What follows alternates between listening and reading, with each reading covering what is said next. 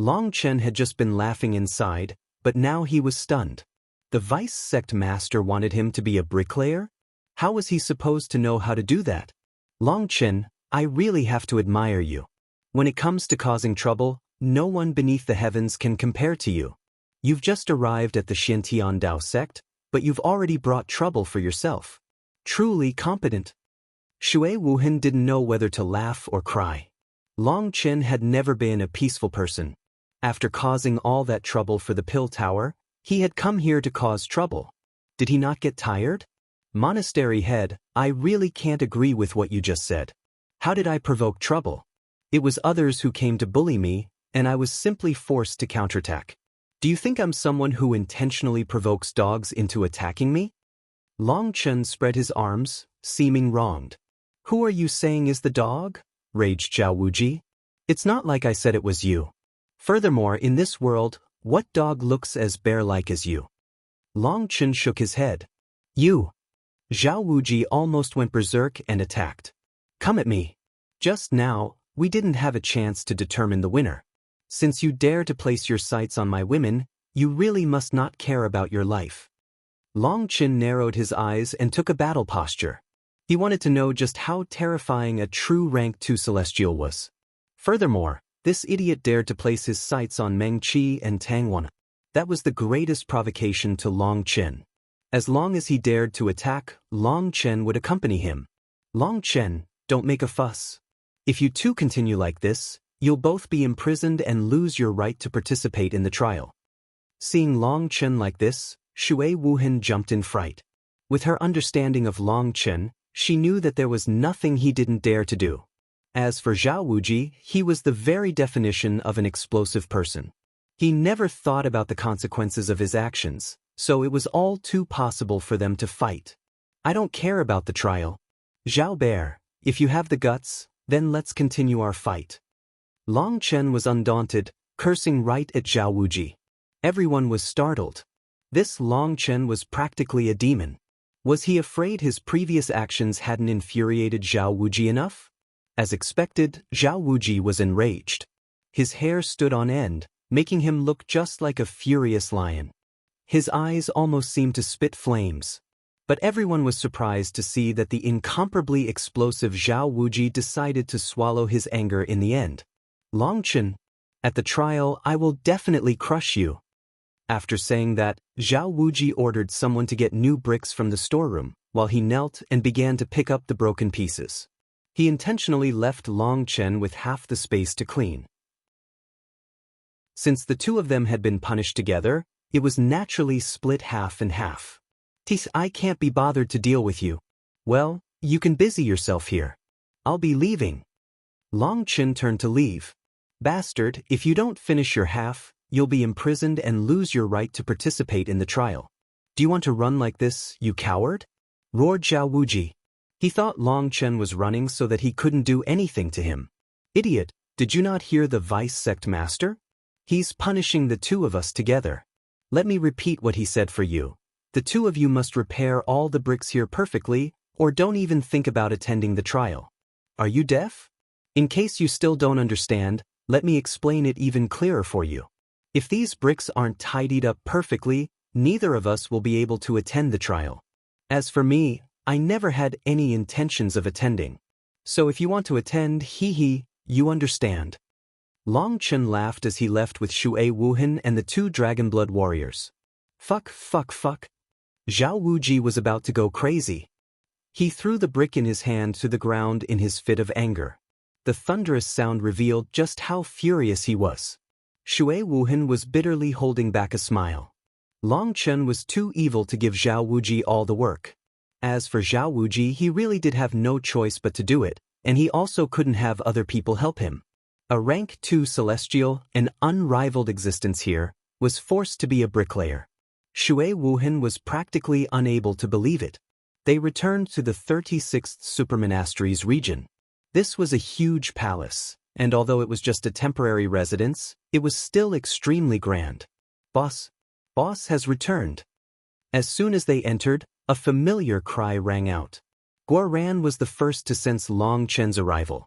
This large hall was filled with many people calmly cultivating. But that peace was immediately broken. The Dragonblood warriors were especially emotional, and all their eyes turned red. Long Chen was a god in their hearts, someone they practically worshipped. They were unable to hold back their excitement upon seeing him again. Haha, brothers, tonight, none of us will go home until we're drunk. Wait, that's wrong, this place is home. So we'll drink until we collapse, laughed Long Chen. Seeing these familiar faces, sensing the kind of trust between brothers, Long Chen felt a warm feeling well up within him. After experiencing the betrayal of Fang Mingyuan and Chai Gaoyang, this kind of trust and feeling could heal the wound in his heart. Although he might be a powerful expert, an undefeatable war god in other people's hearts, he had his weaknesses. And his greatest weakness was being betrayed by people he trusted. That kind of pain was something that could only be understood through experience. Boss, we missed you. Guoran gave Long Chen a fierce hug. His eyes were red. This time, they had truly been parted for a long time. Not to mention that Long Chen had been stalling so many powerful enemies the last time they had seen him. They had even thought that they might not see him again. It felt like a lifetime had passed. Ha, you were overthinking things. Who do you think I, Long Chen, am? Even the heavens can't put me away, laughed Long Chen. He had a fierce hug one by one with Gu Yang, Li Qi, Yu Zifeng and Song Mingyuan. Song Mingyuan and Fang Mingyuan had the same name. Most likely, the person who had come up with their name hoped for them to have a far-reaching vision and foresight. But Fang Mingyuan had still been blinded by his greed and lost that foresight. He had ended up losing his life from that. Just thinking about it made a person lament. Has Wild still not returned? Long Chen asked suddenly. For now, there's still no news from him or his master. Shui Wuhan shook her head. Long Chen's heart shook. He hoped nothing had happened to them. But then thinking about it, the two had only gone hunting. It didn't seem likely for something to happen. However, the fact that they hadn't returned after all this time was a bit worrying. Long Chen. Suddenly, a disbelieving cry rang out. Long Chen hastily turned back. Before he could see anything, a burst of fragrance enveloped him, and a maiden tightly held him. Long Chen, you giant scoundrel, how could you only return now? Tang Wan'er was in Long Chen's embrace, her face stained with tears. After being teleported out of the chaos region, she had always been worried. When Shui Wuhan had led an army over, each hour had felt as long as a year to her. That kind of bitter torment was something outsiders couldn't comprehend. But when Shui Wuhan had returned, she had refused to see her. That had made her heart sink to an all-time low. It was a good thing that Long Chen's letter had arrived quickly. That letter had been marked with his specific spiritual mark, and it could not be faked. Her worried heart had finally managed to get a rest. Girl, did you miss me? But even if you want to hug me, you should find a place with no one else present to do it. There are so many single people watching. Your actions are giving them a blow big enough to kill them, laughed Long Chen. Tang Wan'er immediately turned red and gave Long Chen a vicious pinch. She turned, not daring to look at the others. It's fine, it's fine. As single people, we can take this chance to observe and learn. We have to learn a little bit of everything from Boss Long Chen. Guoran also laughed wickedly. That wretched expression was also quite similar to Long Chen's. Shui Wuhan was speechless. The people that Long Chen led were definitely not good. They were a bunch of hooligans like him. Dear Meng Qi, come. Give your husband a hug. Long Chen pulled Meng Qi into his embrace. Meng Qi had just been standing to the side without saying anything, but her eyes were already wet. Her temperament was the exact opposite of Tang Wan'er's. One was outspoken and forthright, while the other was elegant and subdued. Tang Wan'er said whatever she wanted. She was unable to keep any secrets. But Meng Qi was like water, and she wouldn't easily display her emotions. Now that Long Chen pulled her into his embrace, she couldn't hold back any longer and her tears began to drip down. Long Chen's embrace felt so warm and comforting to her. Her arms pulled against Long Chen's waist as she sobbed. Sorry, I've caused you to worry. Long Chen was a bit ashamed, but he also felt helpless. Meng Qi shook her head. She raised it and saw that Long Chen's expression was the same, but he could not conceal the weariness coming from deep within him. Long Chen, you're the one who has it hard. In order to keep us safe, you suffer so much. But you conceal that suffering from us. We are always in your heart, but we are powerless to share your burden, said Meng Qi. This time, the Dragon Blood warriors couldn't help but turn silent. They had always treated Long Chen as an idol they worshipped. He was an undefeatable legend, an unrivaled commander. But they had forgotten that Long Chen was even a bit younger than them. He was also human, and he also had times of weakness. It was just that Long Chen only showed them his strongest, bravest side. In battle, he always took on the most dangerous fight. Now that Meng Qi said this, everyone's hearts became emotional. Long Chen had paid so much for them, but they were only able to help him so little. Long Chen also felt his emotions well up, and his tears almost fell. It truly was Meng Qi who understood him the best. It's fine, everything's over now. Now that we've reunited, we should be happy. Long Chen did his best to steady his emotions. Smiling, he wiped away Meng Qi's tears. Even tear-stained, Meng Qi's beauty was still absolutely incomparable. It was like crystal drops sprinkled over jade. Tisich, it's no wonder that Zhao Bear wants to take my wife. If others also had such a beautiful wife, I would also want to snatch them. Long Chen's sudden joke caused everyone to laugh. Even Meng Qi and Tang Wan'er couldn't help laughing. Alright, it was difficult for everyone to gather again. I've already sent people to prepare the food. We can talk as we feast. I'll give you an explanation of what will be happening during this martial gathering. Shui Wuhan's solemn words caused everyone's ears to perk up. At this moment, Shui Wuhan's expression was solemn. This martial gathering hosted by the Xintian Dao sect is different from the past. In the past, it was just a trial and experience for disciples. But this time, it has coincided with the opening of the immemorial pathway, so it has an added purpose to fight for quotas. Immemorial pathway? Asked Long Chen. The immemorial pathway, Shui Wuhan sighed. 8,000 years ago, I was also just like you. I also chanced upon the opening of the immemorial pathway, but at that time, Shui Wuhan suddenly went silent. A trace of fear appeared in her eyes. It was obvious just how terrifying that immemorial pathway had been for her. She sighed, brushing off those miserable memories. It's best to just talk about the trial for now.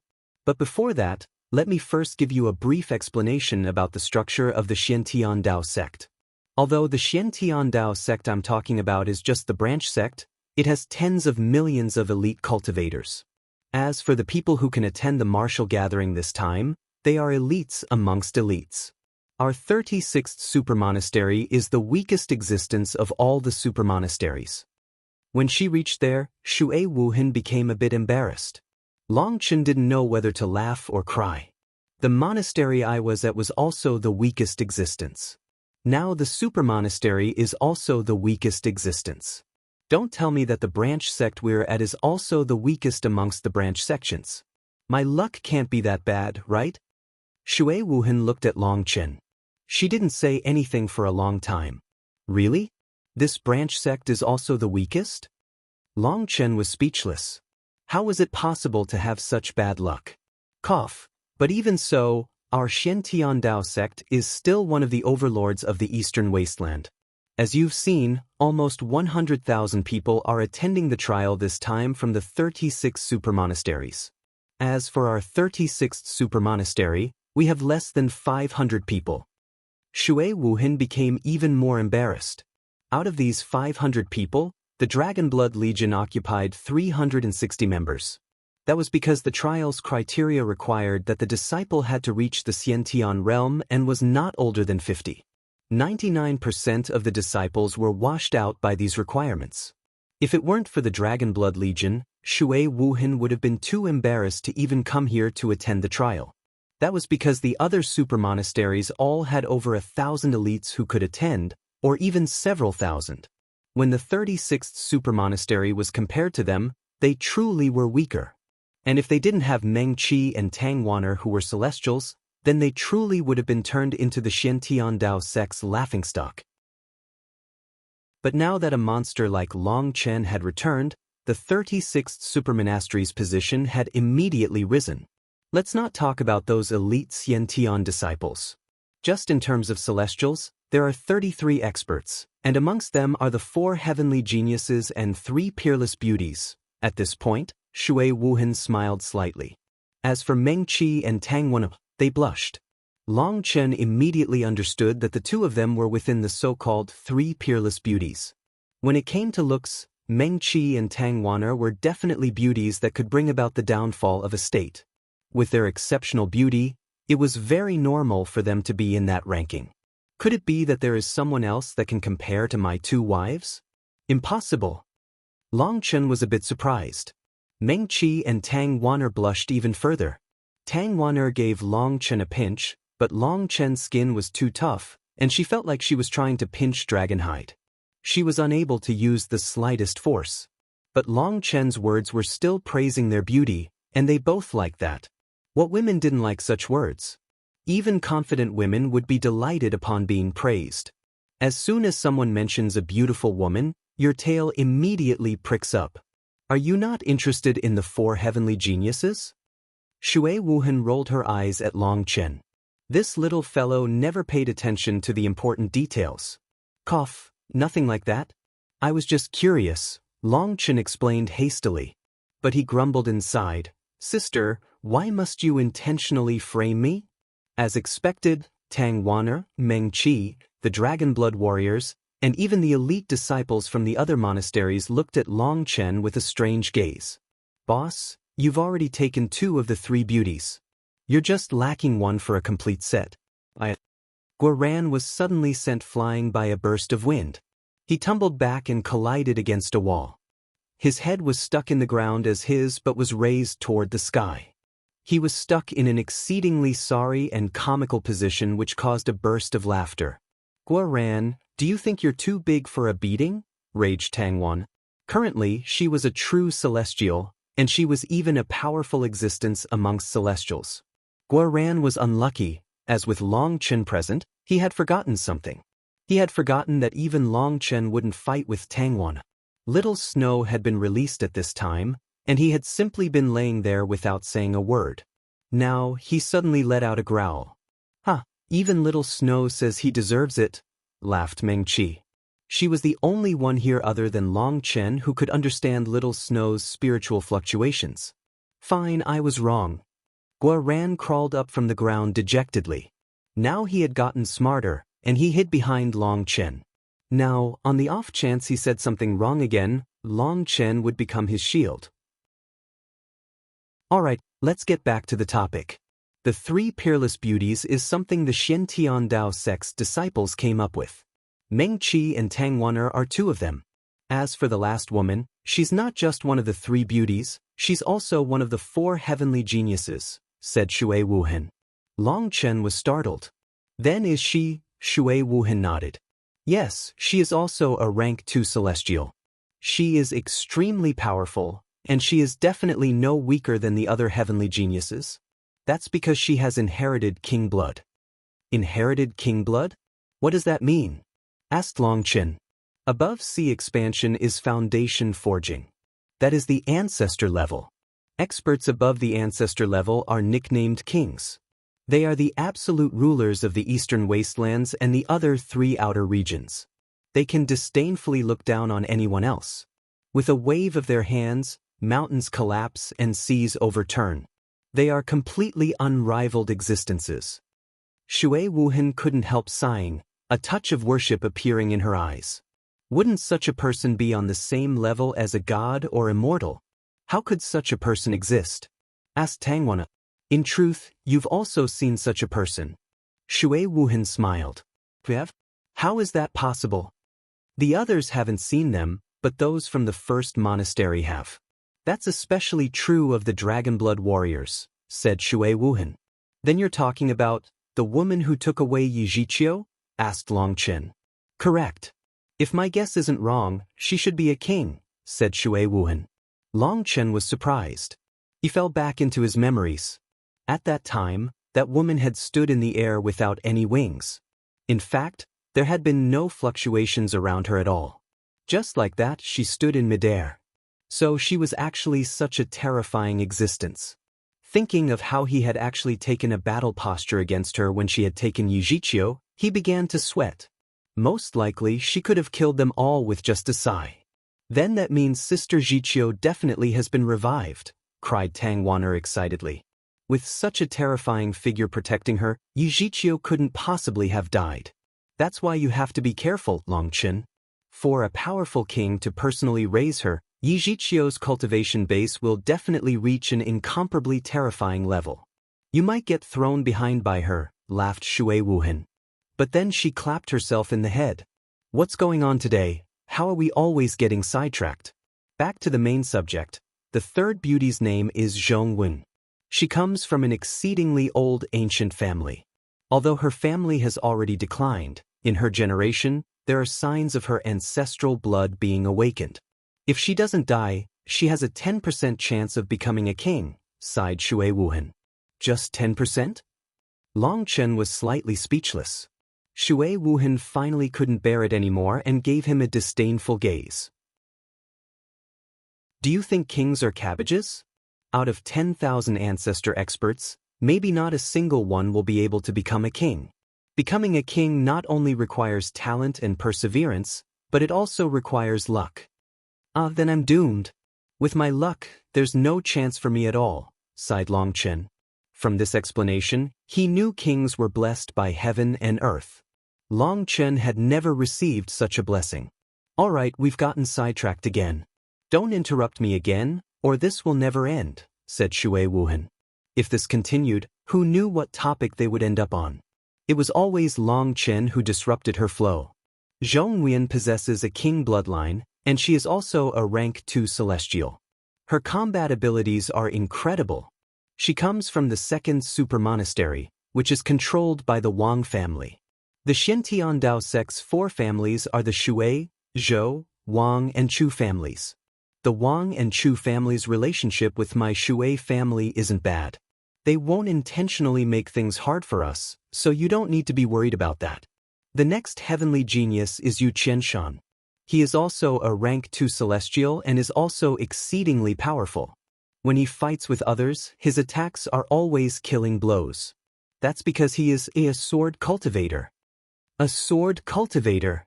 Yu Zifeng narrowed his eyes. He was also a sword cultivator, and he wanted to have a look at that terrifying fellow's abilities. Sword cultivators were acclaimed as possessing the top offensive ability. Their killing blows were incomparably sharp, and each exchange could determine life and death. They were extremely terrifying. Yu Qianshan comes from the first super monastery, which is controlled by the Chu family. According to reason, he won't have any conflicts with us, but sword cultivators are known to be extremely prideful and eccentric. You should pay attention not to provoke him. As for the third person, Long Chen, you've already encountered him, and you've even exchanged blows. He is Zhao Wuji. He comes from the 4th super monastery, controlled by the Zhou family. That's why he would intentionally target us. He is a rank 2 celestial, and he controls the great Earth's energy. His energy is boundless, and his physical body is terrifying. He has never met a match in terms of physical strength, said Shui Wuhan. Long Chen nodded. It was no wonder he was so powerful. He not only had the power of his physical body, but he also borrowed the energy of the earth. And there's another celestial? Asked Long Chen. Yes. He comes from my Shui family. A complicated expression appeared on Shui Wuhan's face. When she mentioned the Shui family's heavenly genius, Shui Wuhan's expression became a bit unnatural. It was only after she explained that everyone came to comprehend why. In truth, the Shui family's inner organization was rather complicated. Other than the head of the family, there were 3 late sea expansion experts, and Shui Wuhan was one of them. The future family head was supposed to arise from these 3 people. But Shui Wuhan had no interest in becoming the family head. As for the other 2, their power spheres were extremely large, and they fought intensely. Both of them had tried to pull Shui Wuhan to their side. But Shui Wuhan loathed that kind of struggle. She decided to separate herself from the Shui family, distancing herself from their struggle. She went to the 36th supermonastery and quietly acted as a monastery head.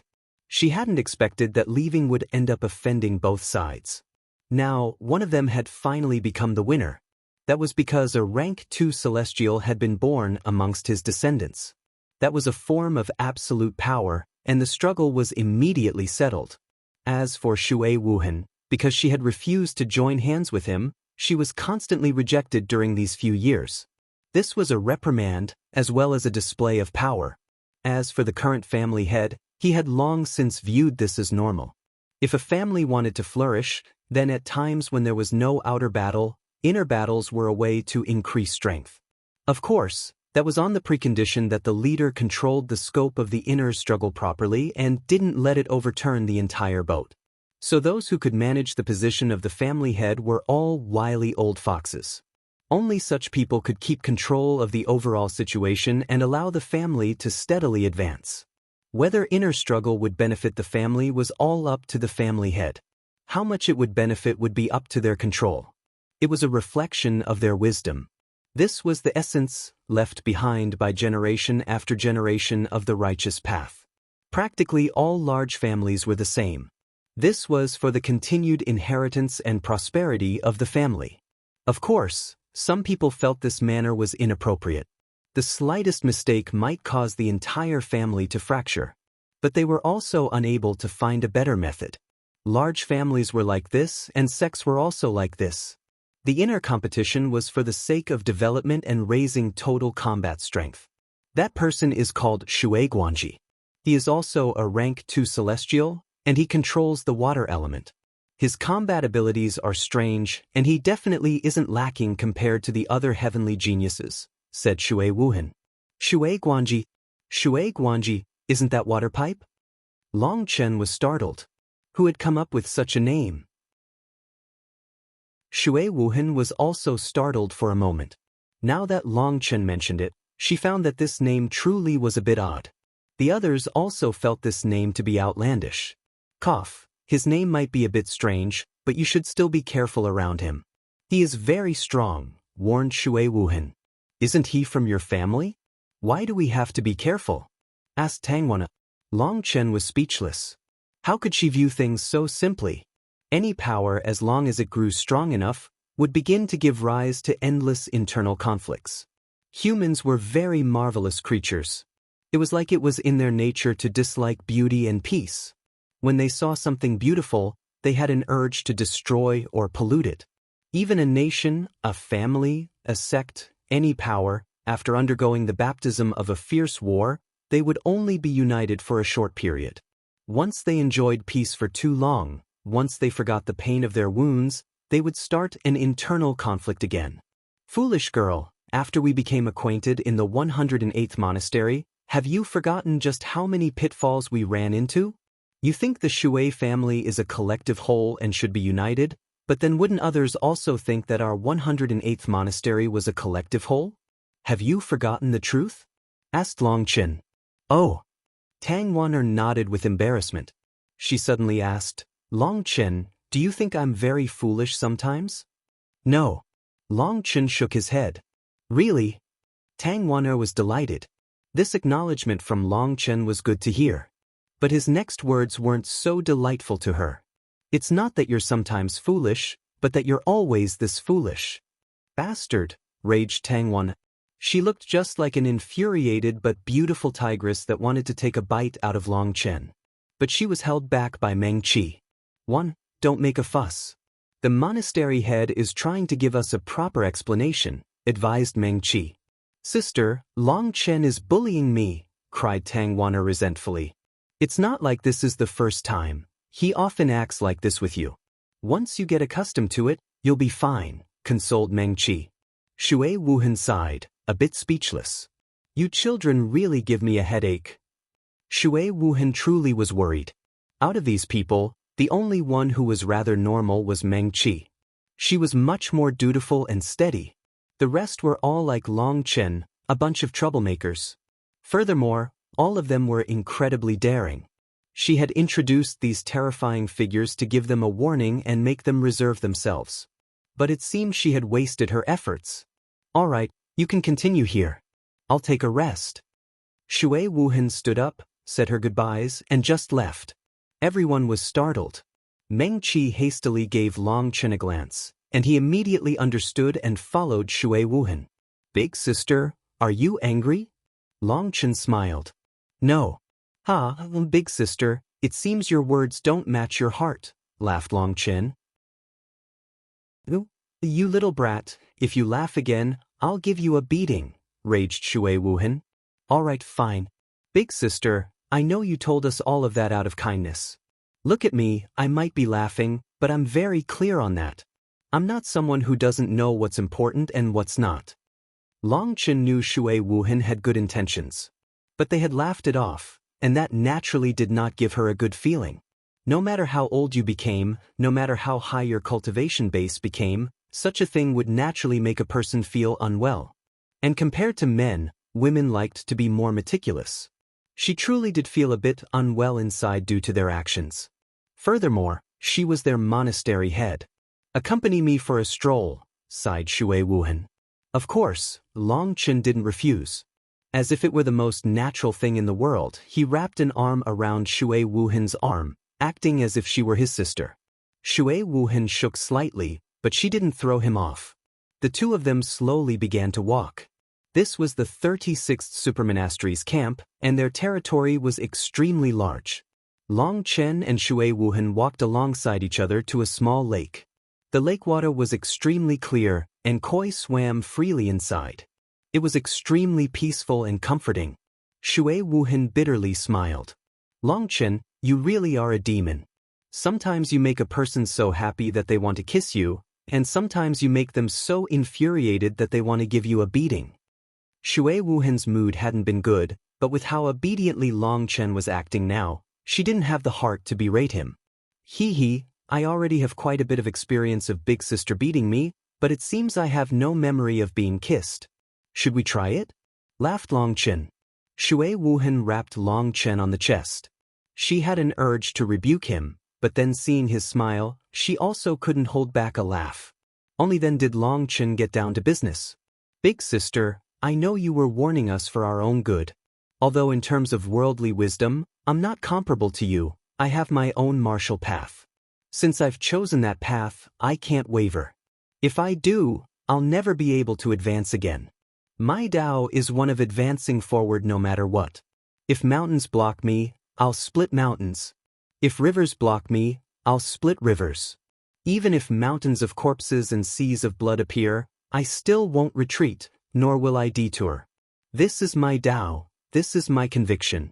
Perhaps others aren't able to understand it and will think that I am stupid. But I know what I'm doing. I would rather be a glorious firework than a long-lasting rock. In fact, we all feel that way. Shui Wuhan's heart shook. She hadn't expected Long Chen to be so obstinate.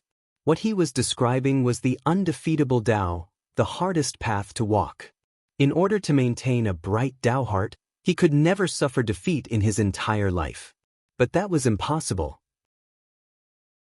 A cultivator would run into countless experts in their lives. Who could possibly guarantee that they would never lose? Once they lost, their Tao heart would waver, and their cultivation base would never advance again. And it wasn't just Long Chen. He was bringing with him a group of people to walk this path. That was too crazy. But with her understanding of Long Chen, she knew he wouldn't listen to anyone else's advice. Thinking of that, she couldn't help sighing. Everything would be up to him. Long Chen didn't dislike Shui Wuhan's nagging. On the other hand, he appreciated it because it meant Shui Wuhan truly did care about him. Is everything from that side handled? Asked Shui Wuhan. Pretty much. Long Chen gave her a general summary of what had happened in the pill tower. He didn't need to hide anything from Shui Wuhan. When she heard that the Hua family had been eradicated and that the Fang and Chai family heads had been killed by him, Shui Wuhan was shocked. If it had been someone else who had said this, she wouldn't believe it even if they beat her to death. It really is unexpected that Fang Mingyuan and Chai Gaoyang would be blinded in the end. Regretful, sighed Shui Wuhan. In truth, just how many higher-ups are able to keep their conscience? In their eyes, there is no right and wrong, there is only profit. When the profit is big enough, they won't even hesitate.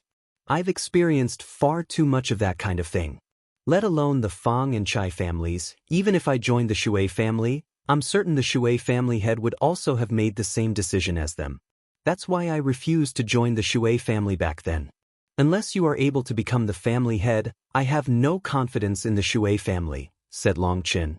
Hearing that he didn't trust her family head, Shui Wuhan was a bit distressed. After all, that was her senior. But she had no choice but to admit that his words were extremely correct.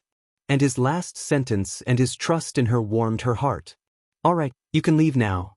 Go accompany those beauties and brothers of yours. Shui Wuhan smiled. What about you? Me? Forget about it.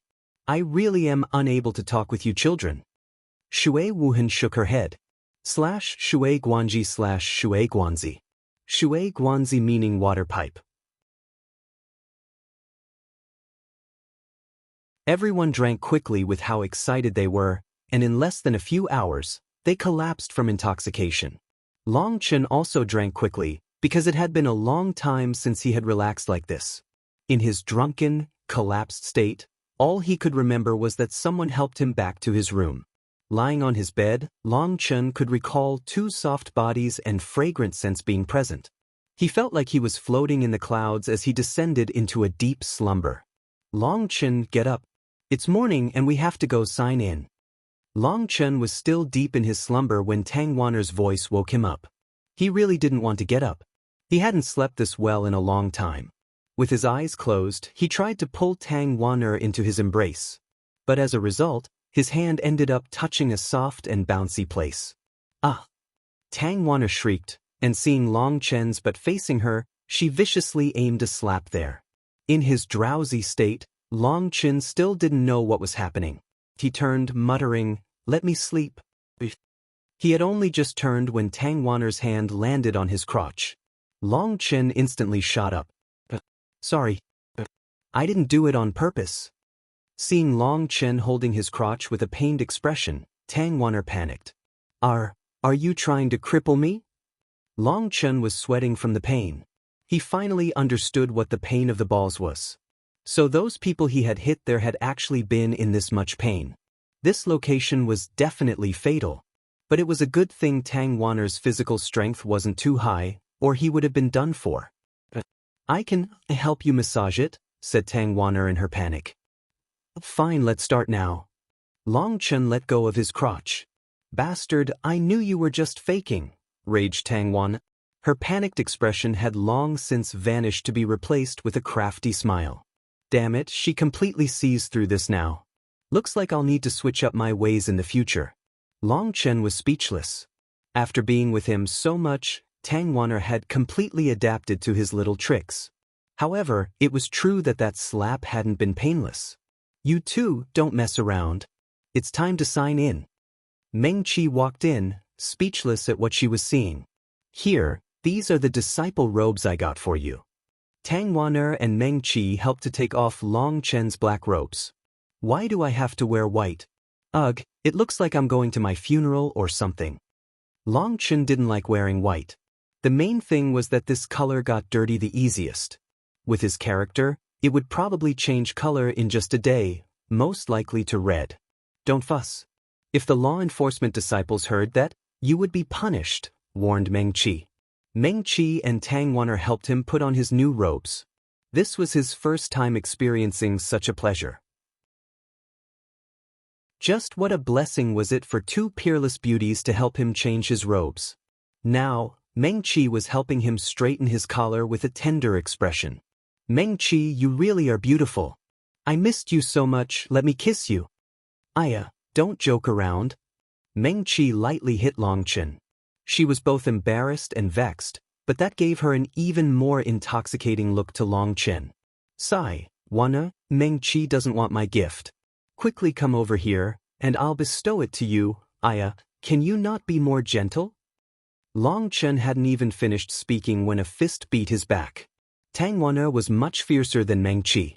In the end, the two women were satisfied with his white robes. He appeared exceptionally dashing like this. "Yup, with these looks, you could definitely entice more beauties," teased Tang Wanner. "Miss Beauty, please entice me," laughed Long Qin. Dislikable. Let's go sign in. Previously, when the others signed in, they always had to sneak over to avoid others finding trouble for them. As for me and Sister Meng-Chi, it was always inconvenient for us to go out. Now that you've arrived, let's go together and see just who dares to find trouble for us," said Tang Wan.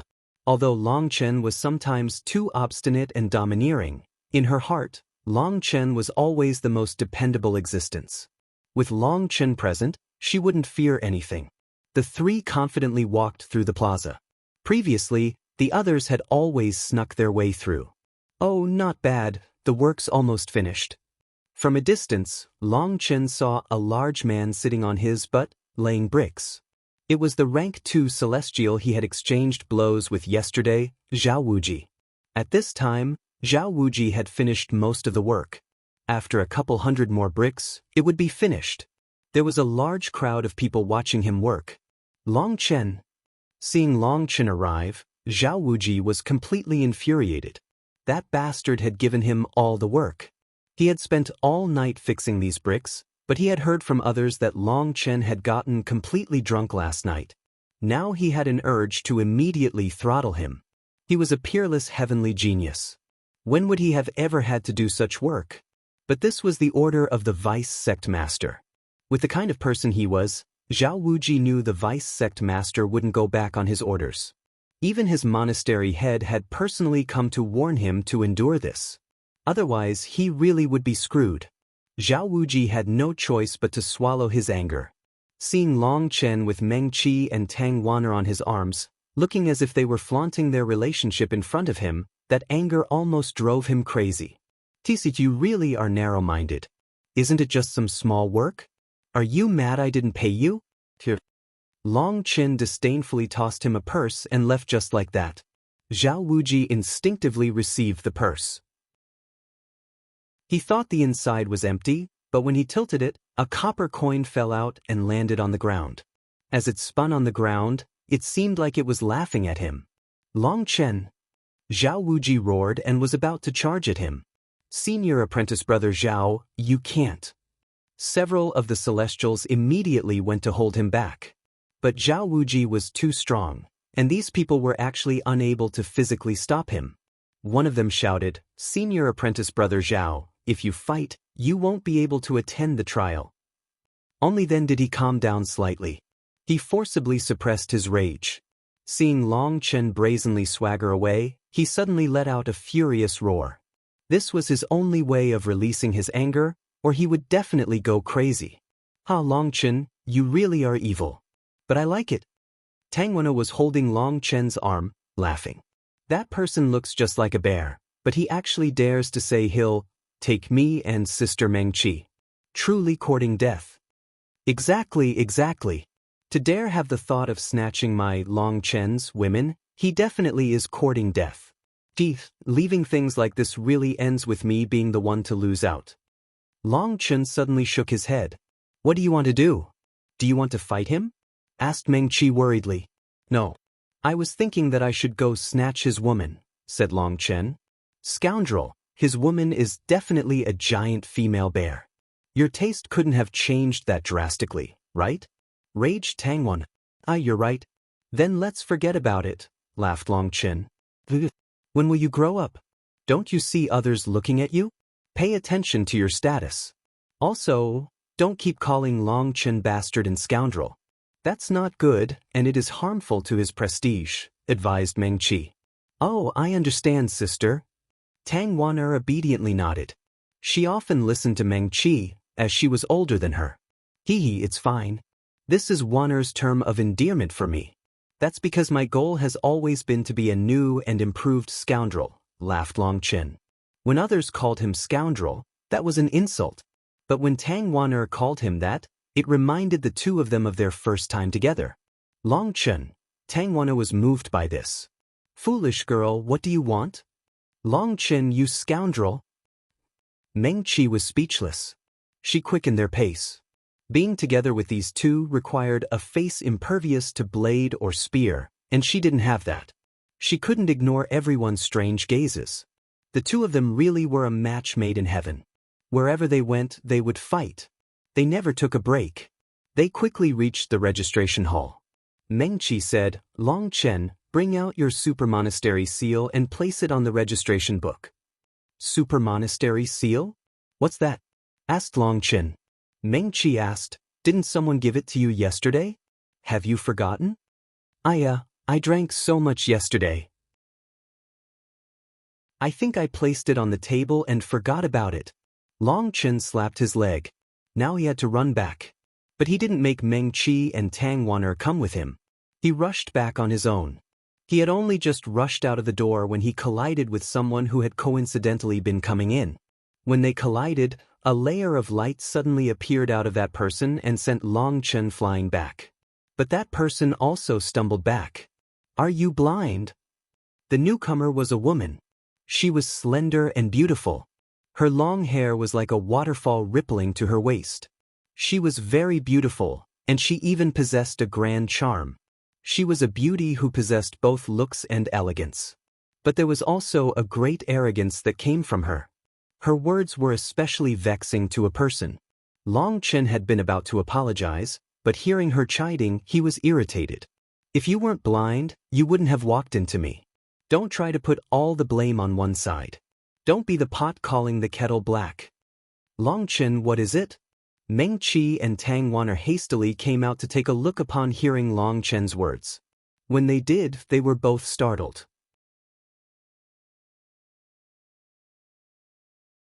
Zhong Weyan, cried Meng Qi and Tang Wan'er.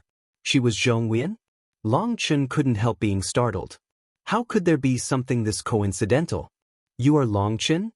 Zhong Weyan icily looked at Long Chen and then shook her head. Truly two flowers stuck in manure. At least it's better than being stuck nowhere, raged Long Chen. What mental illness did this woman have? It wasn't as if he had provoked her. Zhong Weyan merely snorted and entered to sign in. What happened, Long Chen? Why would you fight here? Asked Meng Qi. Only a ghost would know. My guess is that she didn't take her medicine before leaving the house. Or perhaps she took the wrong medicine. Just wait here while I get my seal, said Long Chen. I think we should go with you. With your temperament, when you run into Zhao Wuji, if he doesn't attack you first, you'll probably be the one to attack him. Meng Qi shook her head. If they really let Long Chen go alone, then in his furious state, if Zhao Wuji provoked him even slightly, he might explode. Meng Qi really understood Long Chen the best. It was better to be safe. When they had finally gotten the super monastery seal and returned, Zhong Weyan had already left, allowing Meng Qi and Tang Wan'er to sigh a breath of relief. Long Chen, do you think Zhong Weyan is beautiful? Tang Wan'er suddenly asked on the way back. Just barely. Although he disliked her as a person, he had no choice but to admit that she truly was beautiful. A person had to discuss things without bias.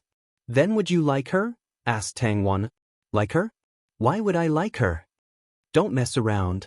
I'm being serious. Fine, then I'll tell the truth. I don't like her, said Long Chen. Why not? She's very beautiful. Tang Wan'er continued in her questioning, refusing to let Long Chen off just like this. What? Do I have to like someone just because they look beautiful? Long Chen was practically speechless. What kind of logic was this? Don't change the subject. Is she as beautiful as me and Sister Meng Qi? Wan'er. Meng Qi was blushing.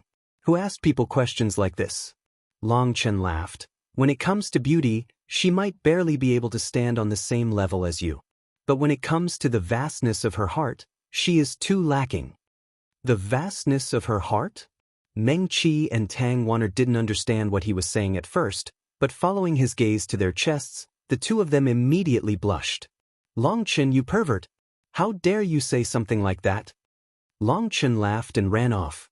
Meng Qi and Tang Wan'er shot off in hot pursuit. It had been a long time since Long Chen had felt this relaxed, laughing and talking with his beauties. Although he liked this kind of feeling, once they got back, he had to get down to business. He gave Huo Wufang's spatial ring to Meng Qi and Tang Wan'er so they could organize what was inside. At the same time, he thought of what he had won for taking first place at the Pill Emperor competition. He hastily looked inside that golden spatial ring. This was also a huge life ring, and it was even vaster than Huo Wufang's. A pill furnace. Long Chen saw 3 things in the ring. One was a golden pill furnace. The runes carved onto it gave it an elegant aura. It's actually a pill furnace on the enchanted item level. Long Chen was shocked. Pill furnaces were a must-have for alchemists, second only to pill flames. But pill furnaces were no ordinary items, and not just anyone could create them. An ordinary forging master might be able to create all kinds of weapons, but they would be unable to create a furnace. That was because forging a pill furnace required the usage of a pill flame. Only through the usage of pill flame would the furnace possess its own spirituality. Then, refining more pills wouldn't cause it to wear down, but would instead nourish it. As it refined more pills, its quality would increase. The more a pill furnace was used, the more valuable it became. So true alchemists would always pass on their pill furnace to their most beloved disciple before dying. However, to have this kind of effect, the pill furnace had to have reached the enchanted level.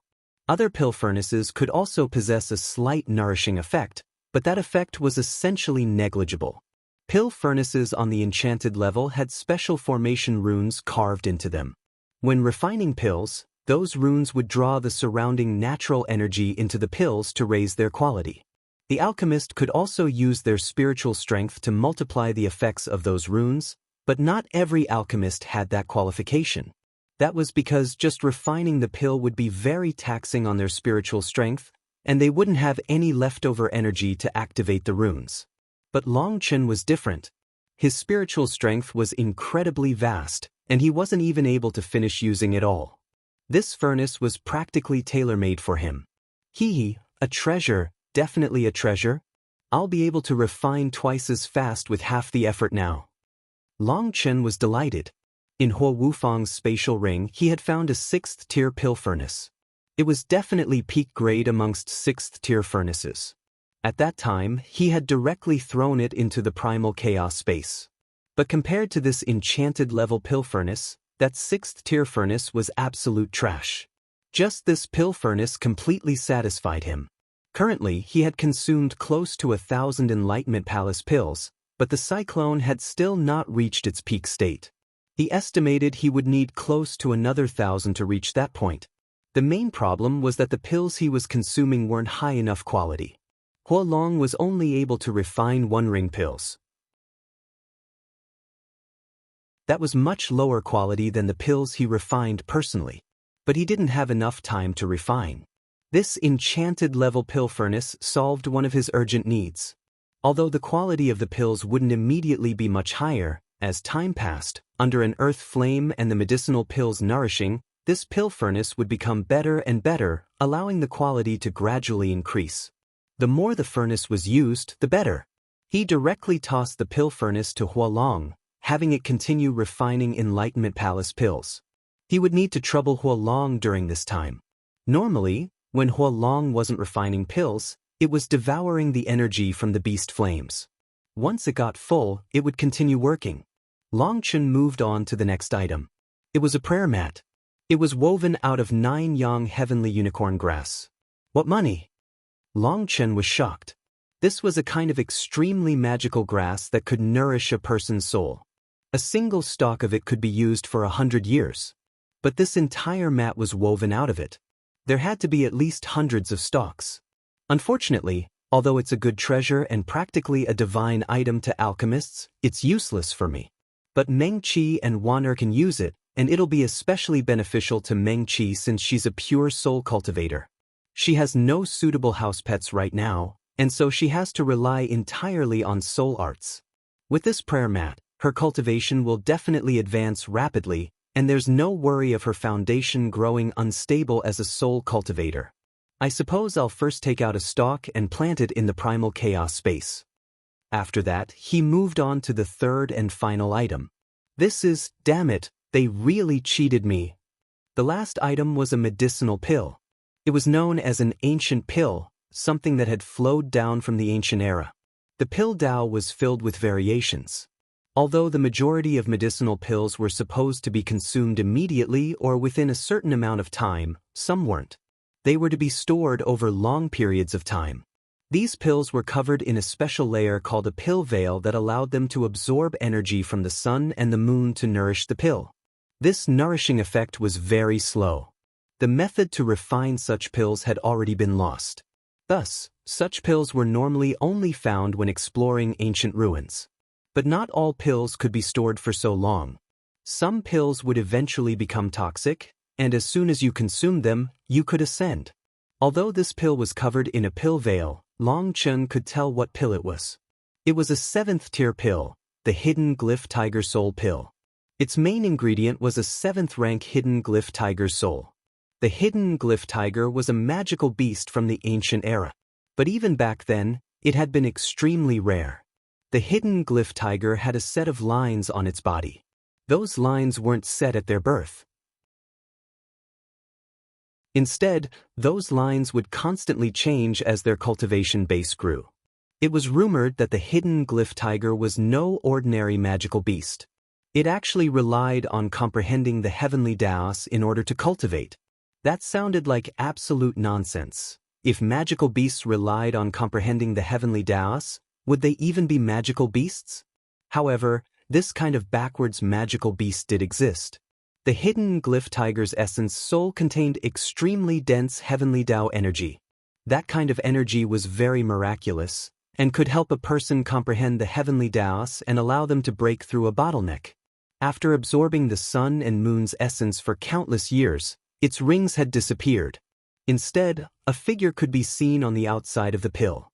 That figure moved about as if it were alive. This pill had already broken through the limit of high-grade pills to reach the top-grade classification. If Long Chen were to use a top-grade 7th-tier Hidden Glyph Tiger Soul pill to break through to sea expansion, it would be an absolute waste of a treasure. More importantly, this thing was essentially useless to Long Chen. He cultivated the 9-star Hegemon body art. His cultivation path was different from others, and this pill would have no effect on him. Furthermore, it wasn't just that he couldn't use it. The others had no need of it either. Everyone's foundations in the Xiantian realm were incomparably solid. Even without this pill, they would smoothly reach the sea expansion realm. If I add some material to this pill, I could give it to Big Sister. If she's lucky, she'll have a definite chance of breaking through to foundation forging. Then, with an ancestor-level expert backing me, couldn't I be as crazy as I wanted to be in the Xiantian Dao sect? I could slap whoever I want. I could snatch whoever's women I wanted. For a sea expansion expert, this pill's effect would be a bit lacking. But Long Chen found a very complicated formula within the pill god memories. That night, he refined a bowl of medicinal liquid. This medicinal liquid had no use on its own, but when consumed with the Hidden Glyph Tiger Soul pill, the combined medicinal effect would be 10 times greater. Even Shui Wuhan, a late sea expansion expert, would have a good chance of advancing. Just like that, holding the bowl of medicinal liquid, Long Chen rushed off towards Shui Wuhan's residence. Leaving Shui Wuhan's residence, Long Chen was filled with anticipation. If Shui Wuhan could reach foundation forging, he would truly have found a reliable backer for himself. Shui Wuhan had at first been confused upon seeing Long Chen bringing her a medicinal pill and liquid. Long Chen directly explained that they were special medicine he had refined just for her. Although she found this odd as she didn't know much about alchemy, she still consumed them due to her trust in Long Chen. As soon as she did, her expression became one of wild delight. She immediately felt her mental state enter a state of emptiness, and her perception of the heavenly Taos gradually grew clearer. The greatest gain was that she actually felt her bottleneck weaken slightly. She was far too familiar with that feeling.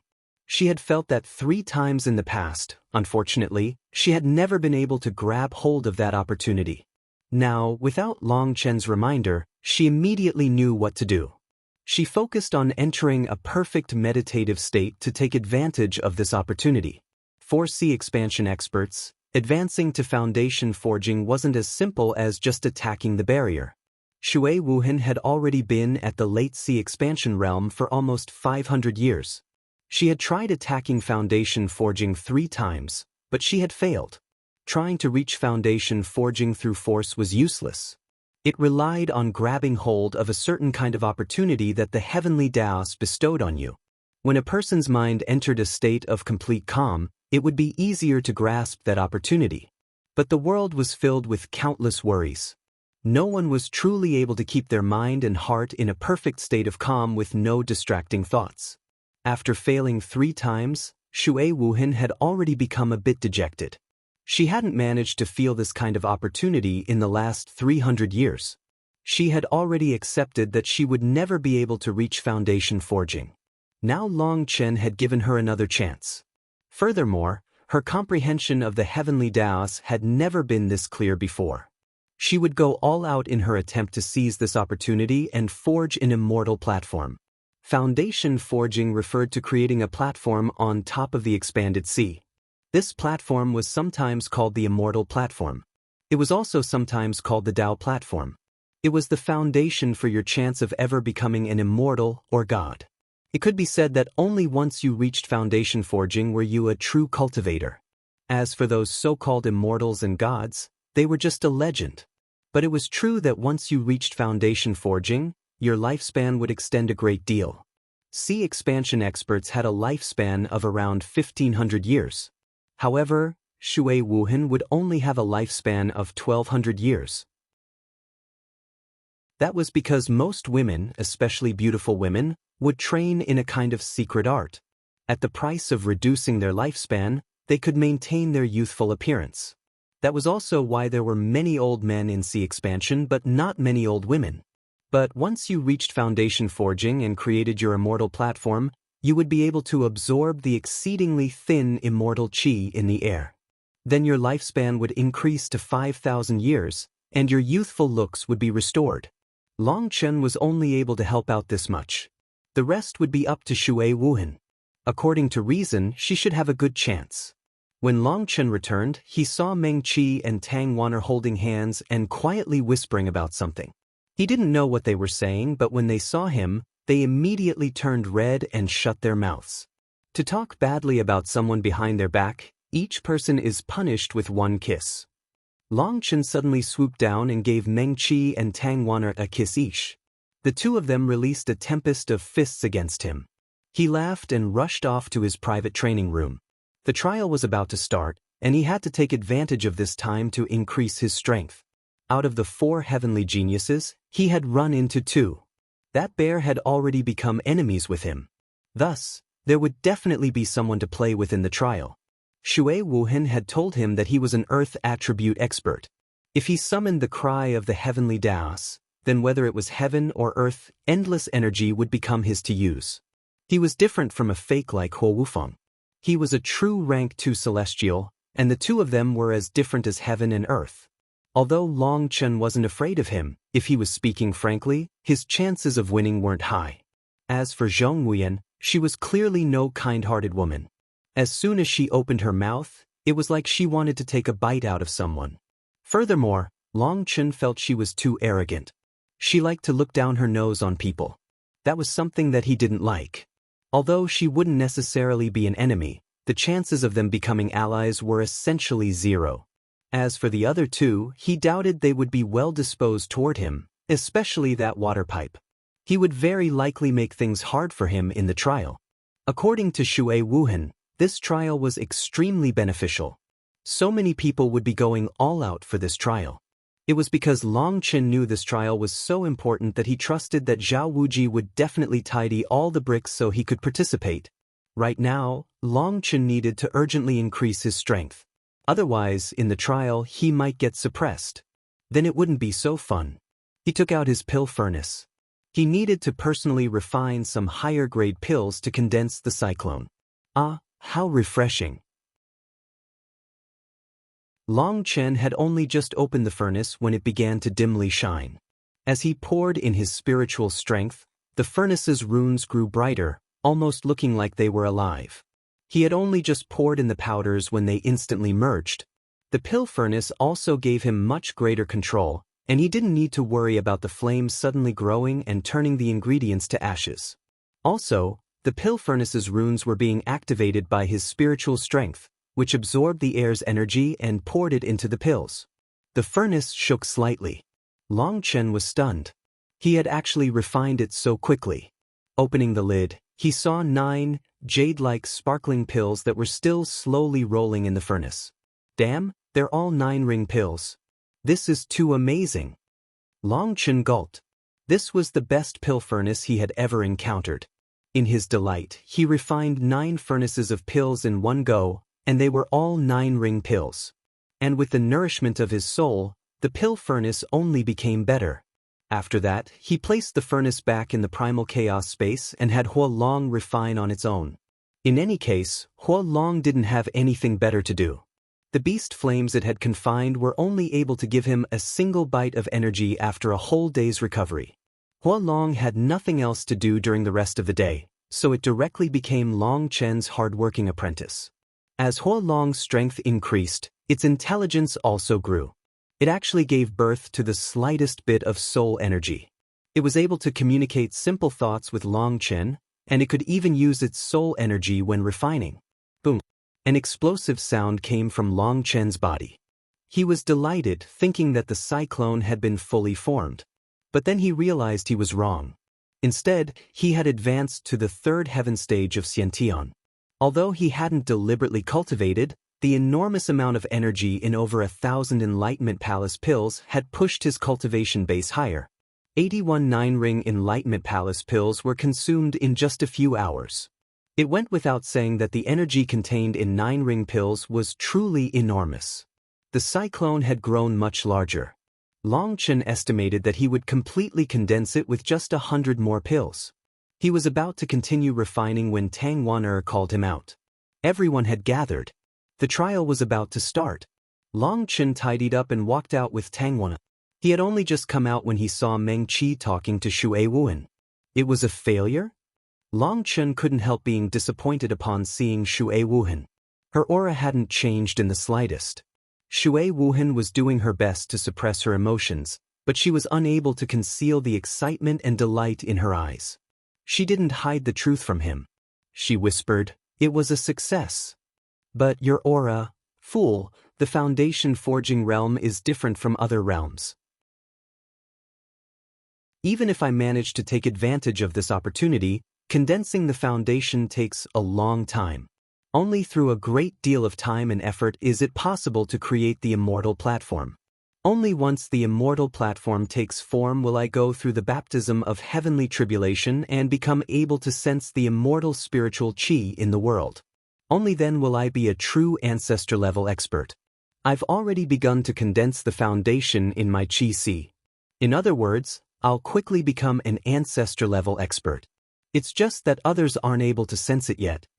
The constant solemn and stern expression on Xue Wuhan's face finally disappeared. She seemed like a woman in the springtime of her youth, and a smile of excitement appeared on her face. "Huh, congratulations, big sister.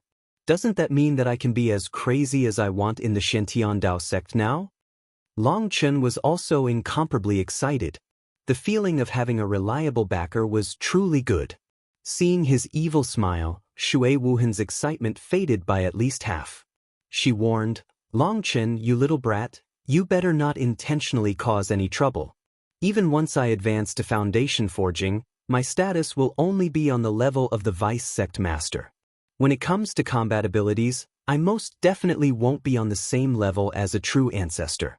Most importantly, there's still the Sect Master above the Vice Sect Master. That's a person who has lived so long they've practically reached the level of a living fossil. Don't mess around, because if you end up disturbing that person, we'll all be doomed." Long Chen awkwardly smiled. "Big sister, do you think a well-behaved person like me would intentionally cause trouble?"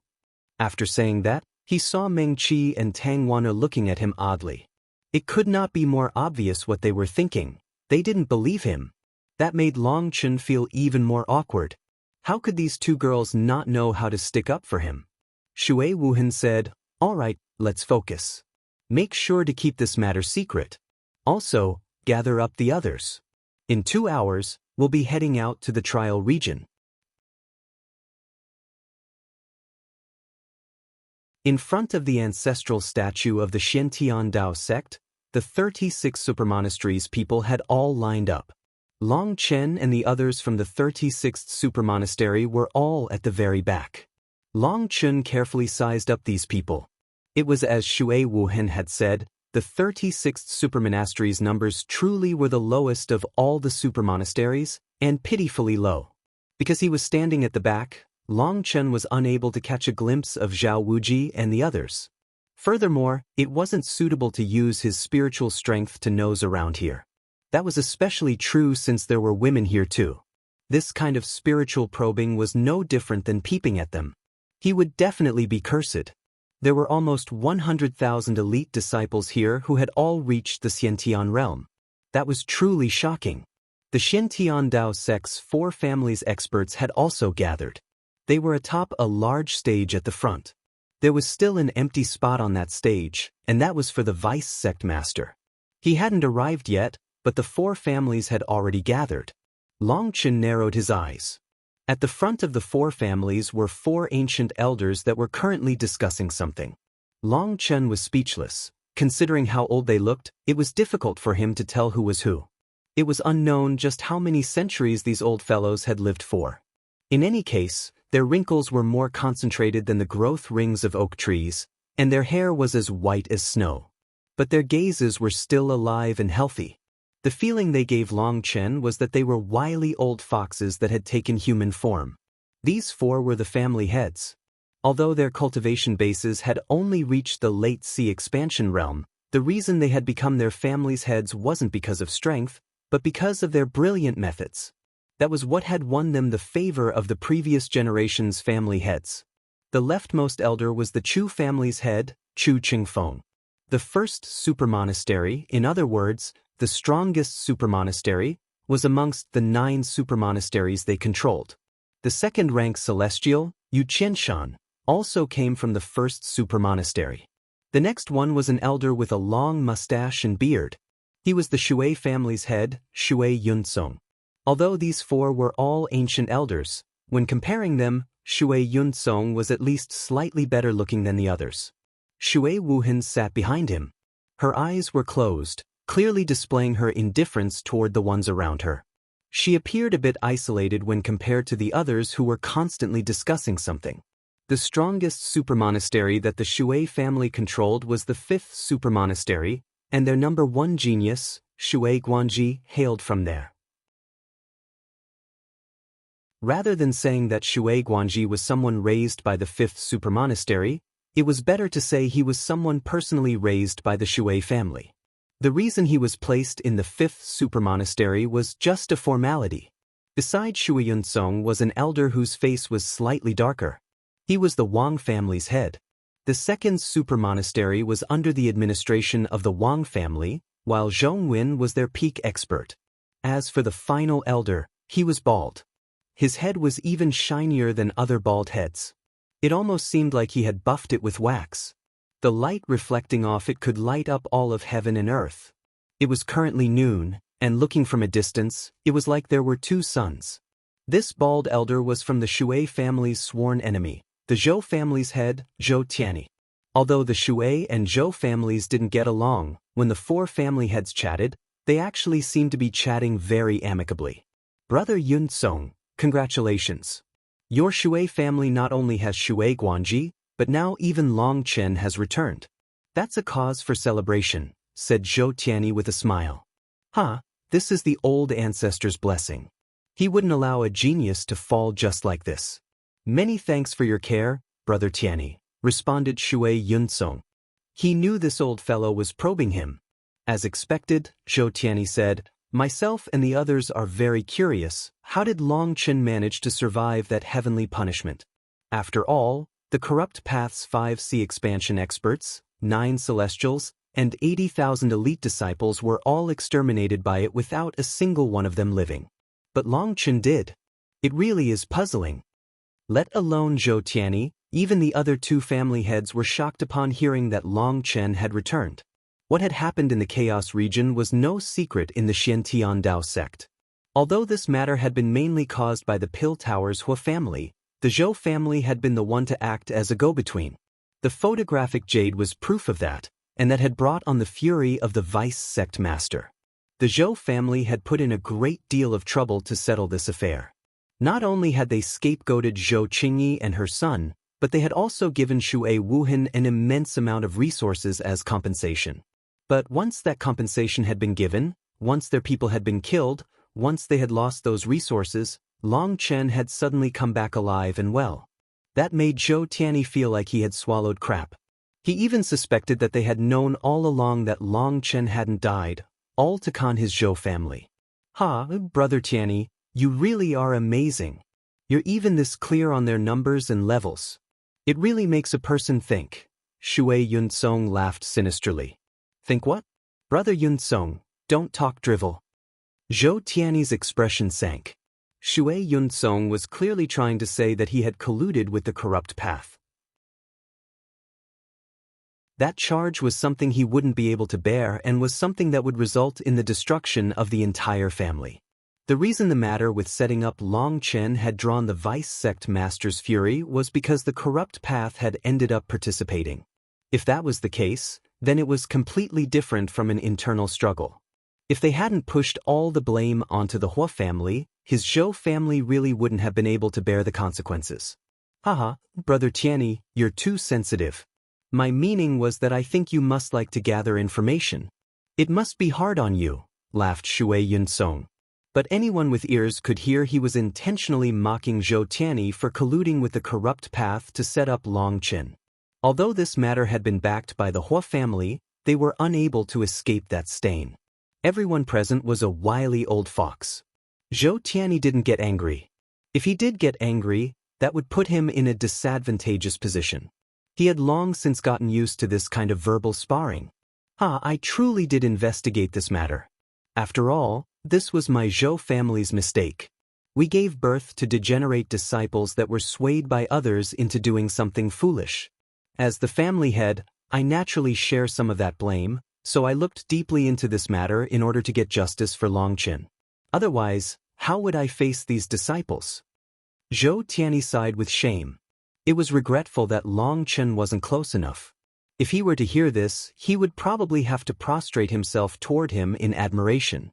He would definitely have to ask, just how did you manage to make your face this thick? But these old fellows were all capable of committing shameful and shameless acts without batting an eye. Shui Wuhan had her eyes closed, but her mouth was curled in a mocking smile. She didn't want to speak. She didn't want to participate in this kind of hypocritical fight of words. As for why she didn't open her eyes, it was because she was afraid of puking upon seeing their faces. Brother Tianyi truly is a person of unquestionable integrity and character, a model for all of us, praised Shui Yunsong. But when others heard it, it somehow sounded mocking. I wouldn't dare to accept such praise. But I do feel like it would simply be the right thing for everyone to know the facts. What do you say, monastery head Shui? Zhou Tianyi looked at Shui Wuhan. Upon seeing this, Shui Yunsong frowned slightly, but he didn't say anything in the end. He was still angry with Shui Wuhan. This child was too disobedient. When it came to seniority, Shui Wuhan should call him uncle. But because of the matter with Long Chen, she had even gone against this uncle of hers, causing him to lose face. And when the time came for her to get the compensation, she didn't even consider backing the family. As for the Zhou family, they were truly brilliant. They had intentionally handed the compensation to Shui Wuhan in order to incite internal strife amongst the Shui family. The results were exactly what Zhou Tianyi wanted. Due to Long Chen's death, he had paid a great deal of compensation. But this compensation had been used to incite disharmony with Shui Wuhan and the rest of the Shui family. That had been a brilliant move. But now Long Chen had reappeared, and he felt like he had been duped, as if he had been the one to fall for the Shui family's trap. He even suspected that the disharmony in the Shui family was just an act they were putting on for him to see. What are you talking about? Shui Wuhan slowly opened her eyes. But she didn't look at Zhou Tianyi. She didn't want to look at that glaring bald head. Looking at that oily thing was nauseating. Of course I'm talking about Long Chen. How did he manage to survive? So many people died, and he's the only survivor? I hope monastery head Shui can explain it to me with a bit of detail and flair. "We're all very curious," said Zhou Tianyi. But his words were clearly a trap. That was especially true about asking her to explain it with flair. It was clearly saying that he hoped for her to come up with a good lie without any holes. It was extremely forceful. However, when such words came from these old fellows' mouths, they always sounded too amiable, making a person think it was just a normal conversation. But in truth, their words all contained hidden blades designed to infuriate their opponents and create holes in their mental states. This skill was essential to a family head. Long Chen said that when he encountered the heavenly punishment, the ground split apart, and he directly jumped in. Then the ground closed behind him, and that's how he dodged the heavenly tribulation. After that, he spent the next few months digging a tunnel to get out. That's why he almost missed the trial, said Shui Wuhan. In truth, she was inventing absolute nonsense. That was a skill she had learned from Long Chen. She felt like after being in contact with Long Chen for so long, her own character had changed. Now she could babble wildly without batting an eye. He spent several months digging a tunnel? Naturally, no one believed it. Long Chen said that he turned stupid from terror at the time and that he accidentally dug downward. It was only after digging for several months that he realized his mistake and dug the other direction, allowing him to once more see the sun, said Shui Wuhan. What nonsense, raged Zhou Tianyi. She was clearly simply messing with them. No matter how stupid a person was, how could they possibly confuse up and down? If it was just mistaking north, east, south, and west, that was one thing. But no one could possibly be that stupid. I also felt it was nonsense. So if you want to know the truth, if you want more details, if you want more flair, you should go ask Long Chen. He'll definitely give you a satisfactory response. Shui Wuhan smiled. With Long Chen's character, he could make them choke to death with just a single sentence.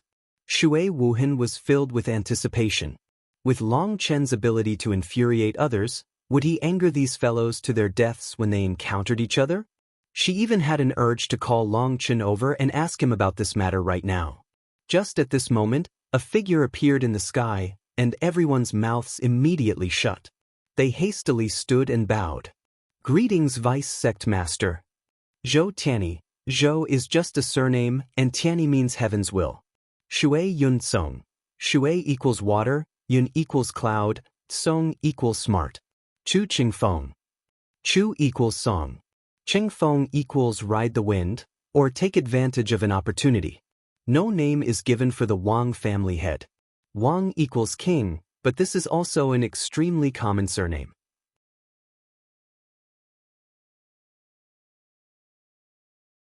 The person who had come was the Vice Sect Master.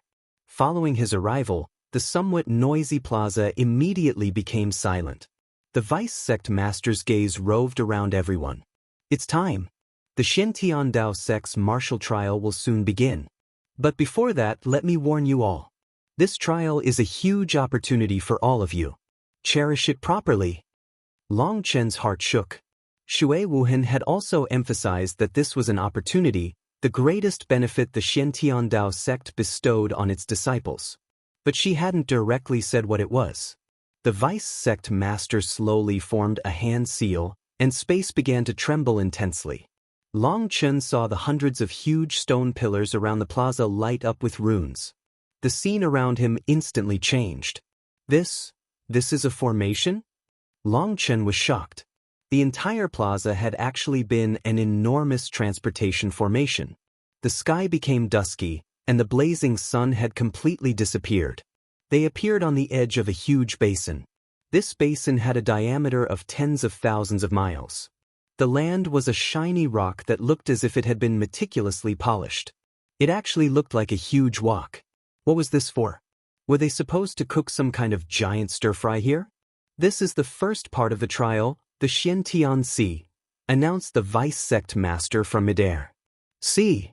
The disciples were all flabbergasted. Where was the sea? Rumble. Suddenly, heaven and earth began to tremble. Everyone hastily looked toward the basin, only to see a huge whirlpool appear. A terrifying pressure caused their hearts to tremble. The whirlpool grew larger and larger. Endless astral winds crazily billowed out like ocean waves. Even from the edge, they felt like it was hard to breathe. They involuntarily retreated a few steps. This wind, Long Chen's heart shook. Now you understand why this is called the Xiantian Sea. The Xiantian Dao Sect's trial isn't taking place just here. The Eastern Wasteland, Western Desert, Southern Sea, and Northern Source's branch sects are all undergoing the trial at the same time.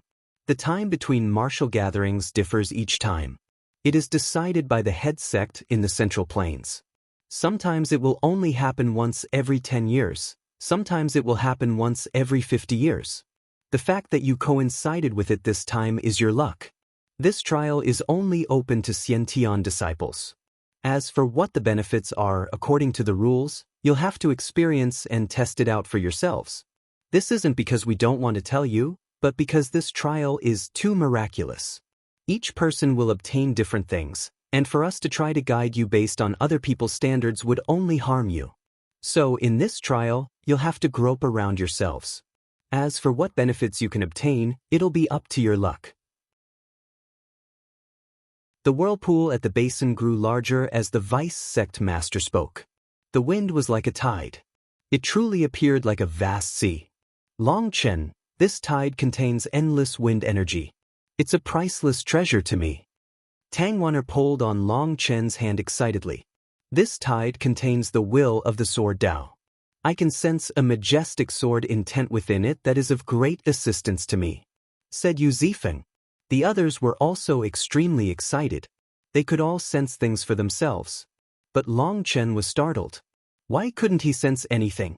After another hour, everyone saw that the tide had become extremely clear.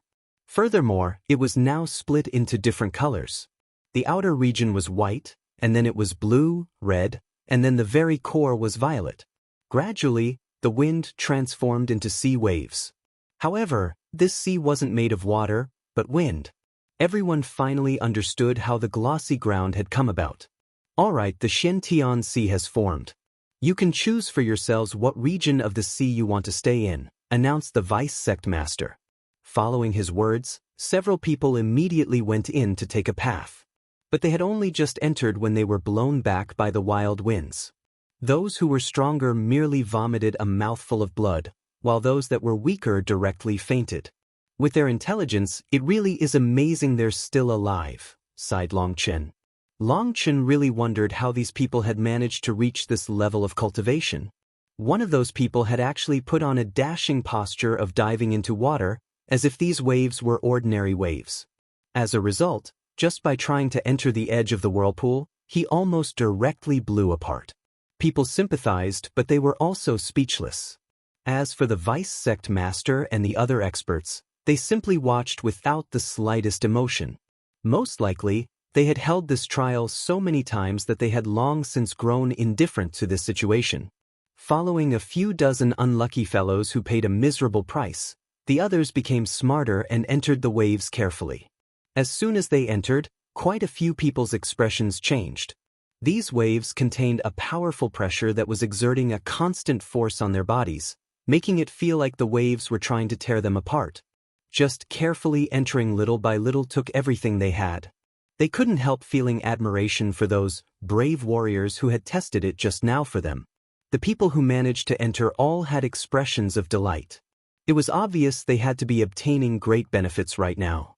Following the first few people, the others no longer hesitated. Some experts even forced their way past the pressure and rushed in. That was because the deeper they went, the greater the pressure and the greater the benefits. Let's go too. Long Chen led the 36th Supermonastery's disciples into the basin. When the waves landed on his body, he finally understood why those people were all so excited. Within these waves were all the various energies of heaven and earth. Hua Long and Lei Long almost charged out on their own. Don't fuss. I'll help you absorb it as much as possible. Long Chen hastily tried to control them. If they charged out, they would be too frightening, especially Lei Long. During the tribulation last time, Lei Long had absorbed all the human-shaped lightnings. Its strength had reached a level that even Long Chen found terrifying. Although Hua Long had beast flames to absorb energy from, compared to Lei Long, the difference was immense. There was no way around it. Lei Long had had far too much food to consume. To compare, Lei Long had eaten meat, while Hua Long was consuming tree bark and grass. One was so fat that oil was about to come out of it, while the other was skin and bones. They were not on the same level. "What dense wind energy!" exclaimed Tangwan. Long Chen knew that this sea contained endless benefits. And the deeper you went, the greater the benefits. Even cultivators without an element could use the energy here to temper the physical body, stabilize the foundation, and comprehend the heavenly Taos. Shui Wuhen had been entirely correct when she said that this was an immense opportunity. This kind of opportunity was something only an enormous existence like the Shentian Dao sect had the qualifications to give. This was the power of a huge sect, power that other sects could never hope to obtain. Heavens, Yu Qianshan has already reached the blue region. The Shentian Sea's outer region took up tens of thousands of miles, while the core region was only a few hundred miles. That core was the violet region.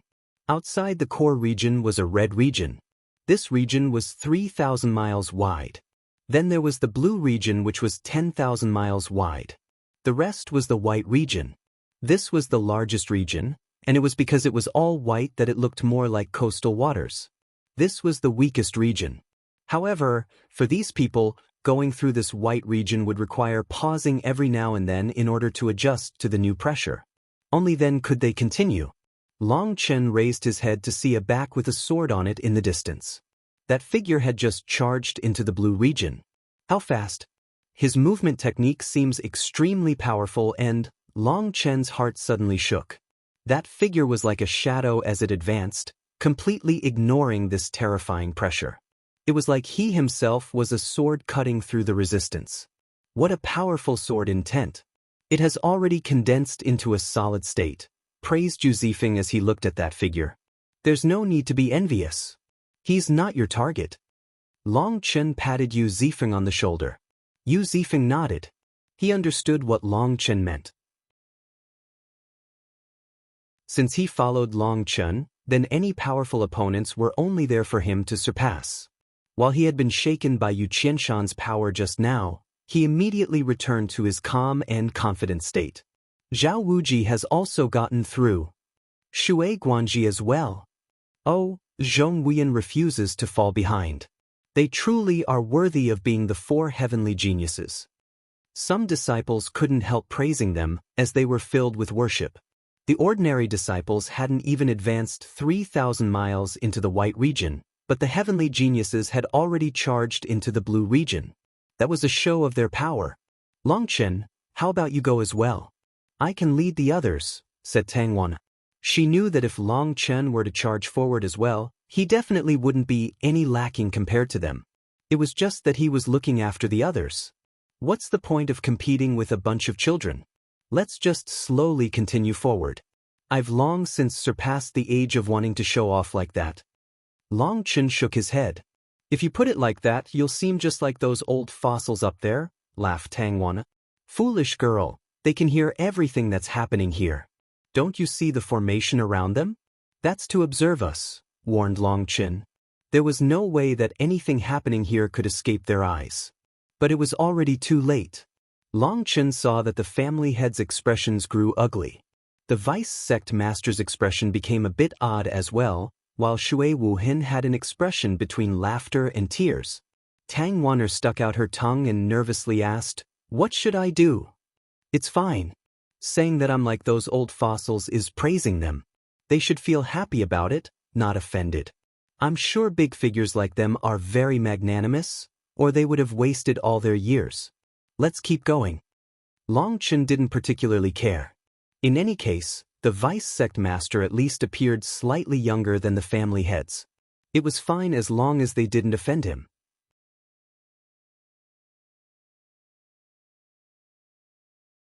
Monastery head Shui, your disciples really are courteous. You really brought them up well. Zhou Tianyi turned to look at Shui Wuan. With the formation here, everything happening within the Shentian Sea was being broadcast in front of them. They could clearly see and hear everything. This way they could get a clear read of every disciple's true potential. So Tang Wanner's words were heard by all of them, and many of them felt displeased.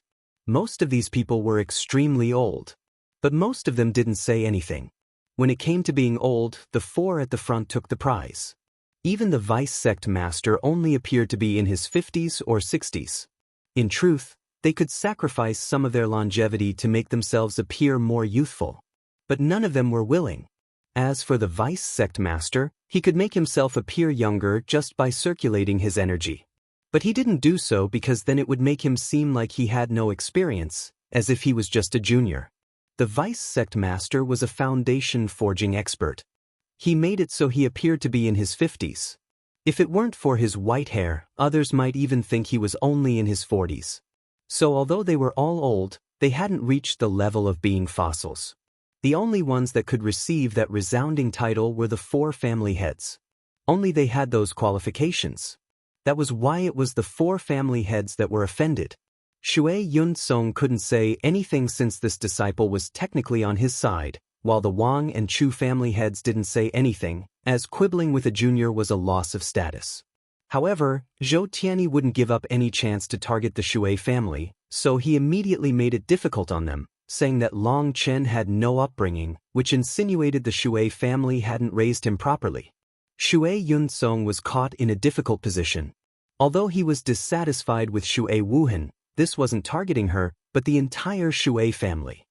He decided to open his mouth and say, an old person should act like a senior. If a senior quibbled with a child over a slip of the tongue, it would be unworthy of their age. His words were even more vicious, directly saying that Zhou Tianyi was acting like a child. Zhou Tianyi's expression sank. This slap had been a bit too much, and he was clearly just twisting words. Suddenly, the vice sect master interrupted, everyone here is old. Don't argue about such senseless questions. The world is constantly changing and the era is constantly advancing. People grow old. This is the law of all things.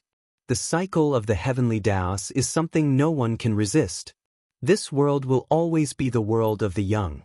Don't use our standards for ourselves to judge the world of youngsters. The only thing we have to give to our disciples is an environment to make it as convenient for them as possible. As for how they choose to grow, we don't need to interfere. According to my experience, if we try to raise them into our ideal disciples, then their accomplishments will never surpass ours. A blood condensation master will only be able to raise a blood condensation disciple. It will be impossible to raise a king. So giving youngsters some space and giving them room to make their own decisions is the only way for them to grow to their peak. The nonsense your four families do when you're bored is something I can't be bothered to deal with. But don't let that nonsense affect our Xiantian Dao sect's development, otherwise, don't blame me for being merciless. I can always report to the head sect that certain families should be abolished. We've all coexisted for so many years. I don't want us to reach a point of either you die or I die. You can fight amongst yourselves, but don't go too far. Everyone's hearts shook. The vice sect master rarely spoke, but now he had suddenly said so much. Furthermore, it was such a severe warning. That was very rare. We understand. The four family heads hastily bowed. The vice sect master nodded. This time, our branch sect has given rise to four heavenly geniuses, and even an unexpected fellow like Long Chen has joined in. This is our branch sect's most flourishing period in the last few millennia. Perhaps our branch sect will finally be able to shine during the immemorial pathway, increasing the prestige of our Xiantian Dao sect. Even the sect master views the immemorial pathway as extremely important. So this is me warning you not to go overboard.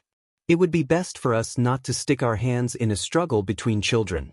If you really feel like you can't hold back, bind your hand to your leg, or don't blame me for the consequences. The sect master? Everyone let out a startled cry. The sect master had always been a mysterious existence. Even the four family heads had never seen this sect master. It was unexpected that the sect master would be paying attention to the trial this time. They knew the vice sect master wasn't trying to scare them. The sect master had to have intentionally told him to say this. If someone dared to cause trouble now, they really would be asking to die. There's no need to encourage the struggle between the youngsters, but there's also no need to intentionally resolve it. Each person has their own fate, so let them do as they please, said the vice sect master. Understood. Everyone hastily responded. They all understood that for him to give such a solemn warning, this matter was probably bigger than they had imagined. But was the sect master personally watching? During this exchange of words, Long Chen had been leading everyone from the 36th supermonastery into the Xiantian Sea. Although they didn't travel quickly, they kept their speed constant. They never took a break, so they still advanced rapidly. They arrived right before the blue zone in just 2 hours. The pressure was even greater here, and some of the ordinary disciples turned pale, almost unable to endure it. But the Dragonblood warriors' expressions didn't change. This pressure couldn't count as anything. They had endured far worse during their terrifying heavenly tribulation. However, the other disciples from their supermonastery were unable to endure it. They were just ordinary disciples. And originally, they shouldn't have been able to advance this far so quickly. It was only because Long Chen was at the very front. A portion of the pressure was blocked by him, and then behind him were the Dragonblood warriors who blocked another portion of the pressure. That was the only reason why they managed to reach this point.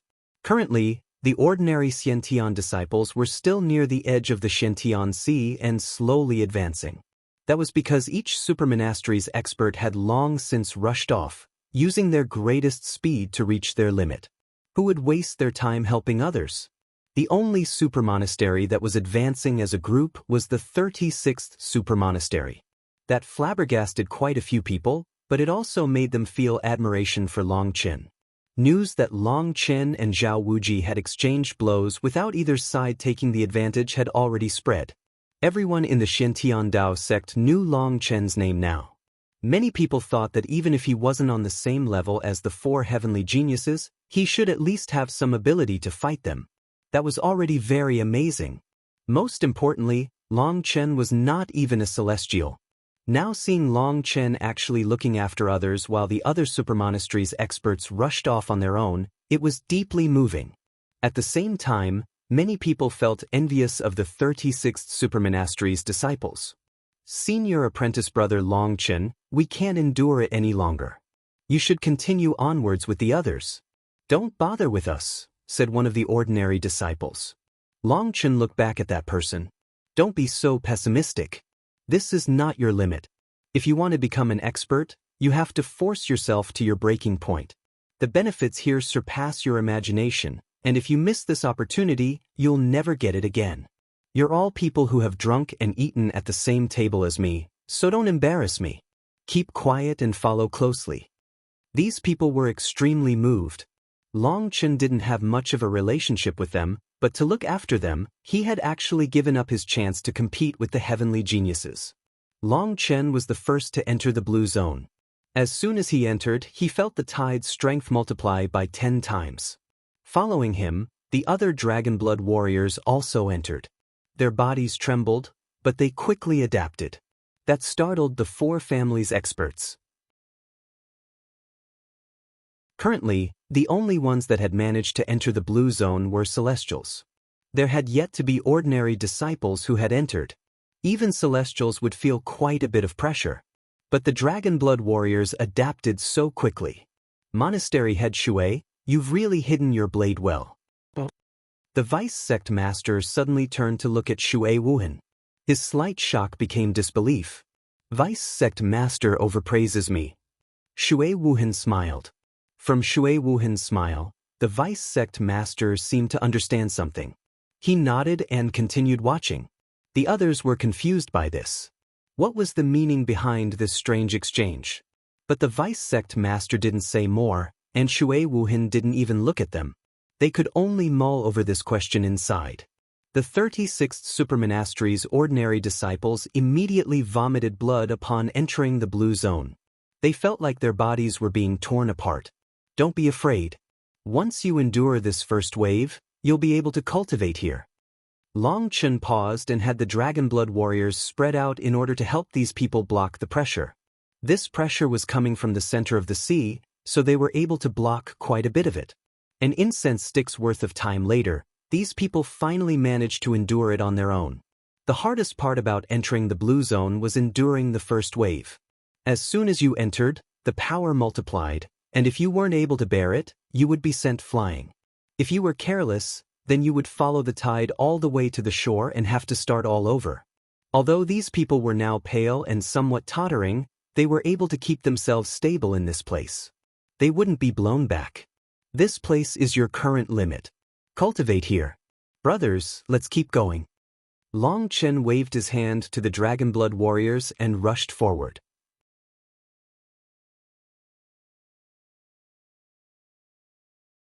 Tang Wan'er closely followed Long Chen while holding Meng Qi's hand. As a soul cultivator, Meng Qi's constitution was extremely weak. But Tang Wan'er was like a fish in water here, and she helped Meng Qi block most of the pressure. Seeing Long Chen rush forward, the Dragonblood warriors also quickened their steps. With Long Chen as the tip, they were like a huge arrow shooting through the sea. The 36th Supermonastery's disciples all jumped in shock upon seeing this speed. To them, this powerful current might blow them away as soon as they were the slightest bit careless. But Long Chen and the others went against the tide as quick as lightning, as if they didn't feel any pressure at all. Even the distant experts were shocked. The fact that Long Chen could go against the tide like this wasn't surprising. After all, they knew he was powerful enough to fight against Zhao Wuji. But other than Meng Qi and Tang Wan'er, the others were just ordinary Xiantian disciples. How could they also be strong enough to resist such a powerful pressure? This pressure was not just physical pressure.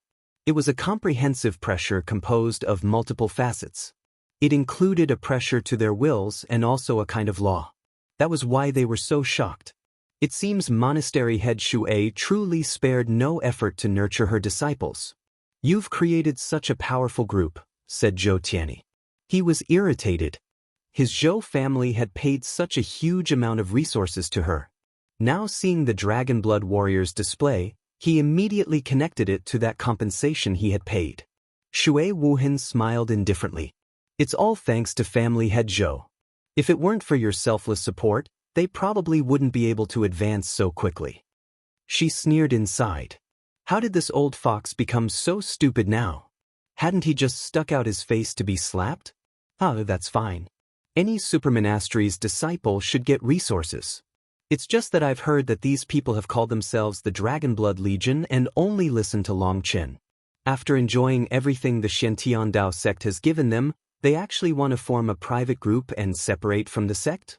Don't you think that's going a bit too far? Zhou Tianyi laughed, extremely pleased. Shui Wuhan's expression changed. Old foxes truly were wily. All of their words contained traps. He had intentionally brought up this matter in front of the vice sect master. According to reason, the Xiantian Dao sect's disciples all had to listen to the sect's orders. It was not permitted to create private powers. Now Shui Wuhan had no reply. But it was vice sect master who suddenly said, "I've previously said that the matters of the junior generation are things us old fellows shouldn't interfere in. Zhou Tianyi, has your memory degenerated from old age?" His expression was somewhat dark, and his tone was extremely discourteous. Zhou Tianyi was immediately stuck in a hard position, unable to reply. Private groups? Your Shui, Zhou, Chu, and Wang families all control 9 supermonasteries. Don't those count as private groups? Should I tell the sect master that you want me to disband your 4 families? The vice sect master's voice was icy. Zhou Tianyi was dumbfounded. How was the vice sect master so rude to him today? This was clearly a slap in the face. I've never said anything about your 4 families' open and hidden fights. Because of that, did you really think I'm an idiot and didn't see any of it?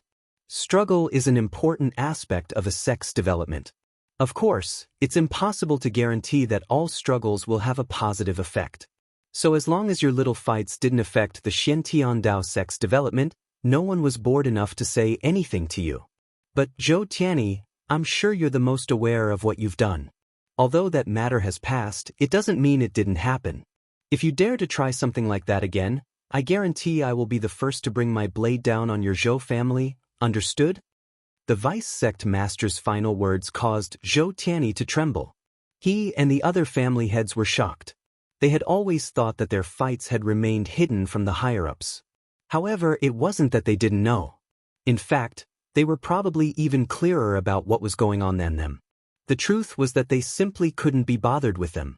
But if they really ended up causing damage to the Shentian Dao sect, then the merciless butcher's knife would immediately fall. Shui Wuhen hadn't expected that the Vice Sect Master would defend her so much today. She couldn't help sighing inside. If people wanted the authority to speak, then they truly did need power. She knew that the Vice Sect Master was looking after her because he had sensed the change in her. After all, he was a foundation forging expert. This was the importance of power. Compared to someone in charge of 9 supermonasteries, a foundation forging expert was even more important. An administrator could be replaced with any somewhat powerful family. But a foundation forging expert was too hard to come by. It was laughable how these people spent all day scheming against each other. Even when they were sleeping, they were pondering the best way to suppress their opponents. They had forgotten their status. A martial cultivator had to focus on getting stronger. In front of absolute strength, any schemes were useless. How fast? Long Chen's about to reach the red zone, said one of the Shui family's monastery heads. Everyone looked over. While they had been talking, Long Chen had already led his people to the border of the red zone. By now, there were quite a few outstanding disciples who had managed to enter the blue zone. But currently, only Celestials had managed to enter the red zone. No matter how outstanding the disciple, no matter how great their talent, no matter how high their cultivation base, all the non-Celestials were stuck outside the red zone. Some unconvinced people had tried charging in, but as a result, they had been sent flying by the terrifying tide. They had been like shooting stars and directly blown to the furthest edge of the sea. They hadn't even been able to stop midway, and had been injured. Even in the blue zone, the tide grew stronger as you advanced. At the border of the red zone, the pressure of the tide was tens of times greater than where they had entered the blue zone. Even the powerful Dragonblood warriors were somewhat unable to endure it. They felt like their bones were about to be crushed. Stay here. I'll test it. Long Chen took the final step into the red zone. As soon as he did, a terrifying pressure caused his foot to sink. He felt like he was pressing into a spring, and that spring was about to shoot him back. Furthermore, a powerful force descended from above. It was like a mountain had smashed into him. Long Chen snorted and his spiritual yuan circulated, resisting these two different forces. He immediately felt much more relaxed. These forces were too strange. Most likely, the people who had tried barging in hadn't even understood what was happening before being blown back. Only Celestials could rely on the energy of their heavenly Dao runes to resist the first impact. Long Chen looked forward and saw 27 Celestials. They were only a few miles ahead. They had long since entered the deeper part of the red zone where the pressure had grown to a terrifying point. However, they found out that the greater the pressure, the greater the benefits would be. Whether it was the tempering of their physical bodies, the comprehension of their elemental attributes, or the increase in their realms, the effect would multiply. So everyone was doing their best to charge as deep into the sea as possible. At the front of these Celestials, Long Chen saw 4 figures. Those were the so-called 4 heavenly geniuses. Currently, they had already reached the border of the core violet zone where a huge whirlpool could be seen. The 4 of them had all paused at the border. Most likely, they felt the pressure was too great, and it would be too difficult to enter without adjusting themselves first. Long Chen returned to the blue zone. He said, "When you enter the red zone, you will encounter 2 different kinds of forces. The pressure will multiply by around 15 to 17 times. The Dragonblood warriors' expressions all changed. They already felt that the pressure here was their limit. If it immediately increased by over 10 times, wouldn't they be crushed flat? Don't worry, you won't die. But once you enter, you'll probably be sent into a half-dead state. However, it'll all be worth it. The bitterness you suffer now is so you can survive on the battlefields in the future. It's so you can protect the things in your heart. I could directly pull you in with my power, but I won't do that. You'll have to enter on your own. This isn't just a competition of force, but a competition against your own will. I could help you once, but I won't be able to help you for a lifetime. You'll have to rely on yourselves. So brothers, think about your motivation. On the battlefield, if you see your brothers die to the enemy's merciless blades, will you feel regret? Regret that you weren't strong enough? If you would, then don't hesitate now. Grab hold of this chance to carve out all your potential and advance into the red zone, said Long Chen. The Dragon Blood warriors looked at each other. A heaven-shaking battle intense soared out of them. They were people who had slaughtered out a path of blood with Long Chen. In the first righteous and corrupt battle they had experienced, many of those brothers that had eaten, drunk, and laughed with them had fallen one by one. Some had died right beside them while they had been powerless to save them. When they thought back about it now, it felt like it had only happened yesterday. So just a few words from Long Chen immediately brought out all their thirst. They thirsted for power. Only with power could they protect the things most important to them. Gu Yang was the first to charge into the red zone. He had only just entered when he let out a furious roar and his ancestral mark lit upon his forehead. His fierce aura erupted. He wasn't blown back. The distant spectators all let out a startled cry.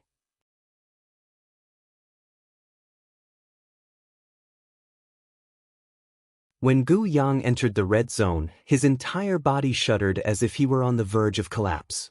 But he still managed to bear it in the end. This startled the spectators.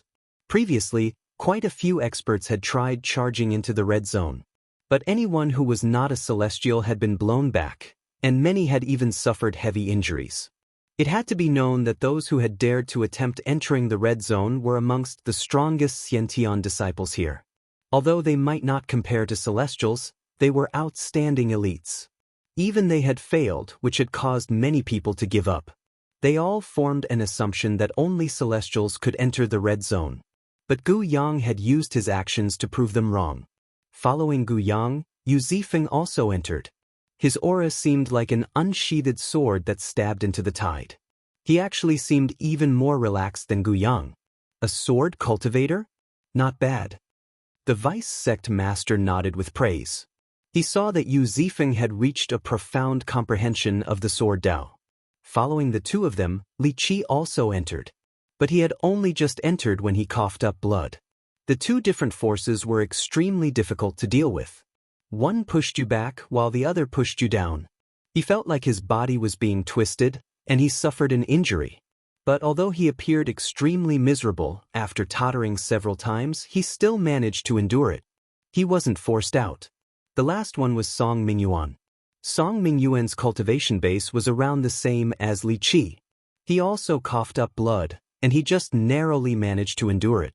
Once the four of them entered, everyone's gazes fell on Guoran.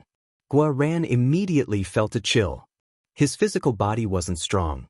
It wasn't even on the same level as an ordinary Dragon Blood warrior. This could be fatal to him. Boss, don't spout nonsense. Hurry up. The worst case is you'll fly out and come back, said Long Chen impatiently. This little fellow always liked to act slippery. But now wasn't the time. Fine. I'm going, boss. Guoran looked at Long Chen tender-heartedly. That scene gave Meng Qi and Tang Wan'er goosebumps. Go in peace, sighed Long Chen with a mournful expression. I'm not dying. Why are you jinxing me? If you stall any longer, I'll kick you inside. Hurry up. Guoran took a deep breath. Clenching his teeth, he took a few steps and then fiercely jumped into the red zone. The spectators let out startled cries. Was he an idiot? If a person's feet left the ground, how would they be able to stabilize themselves? Wouldn't he be immediately blown out? Guoran immediately vomited 3 mouthfuls of blood. But he actually managed to stay in the red zone. He wasn't blown back. Everyone was dumbfounded. This didn't make any sense. Even the 4 families' experts were stunned. But when they looked at Guoran's feet, they came to a sudden comprehension. At some point, Guoran had put on large metallic boots. He had relied on the weight of the boots to keep himself steady. Of course, these people were unaware that these were part of his armor. Furthermore, it wasn't just their weight that was shocking. There were hidden mechanisms at the bottom of the boots to keep him stuck to the ground. Otherwise, just the weight of the boots wouldn't be able to keep him standing here. Alright, we'll line up to block the pressure a bit. Gu Yang and the other four lined up so that it would be a bit easier for the others. This red zone was too terrifying. Even Gu Yang and the others were at their limit. Perhaps only a few others would be able to endure it if no one helped them. Now, the five of them were not only helping the Dragon Blood warriors share their burden, they were also encouraging them as well as telling them that they weren't fighting alone. They had everyone to help them. One Dragon Blood warrior tried to enter the red zone. He immediately vomited blood, but with a furious roar, he erupted with his full strength, fighting against the pressure. He tottered back and forth, but in the end, with a supreme effort, he managed to endure it. The strongest impact was when you entered a new zone. Once you managed to endure it, you would rapidly adapt.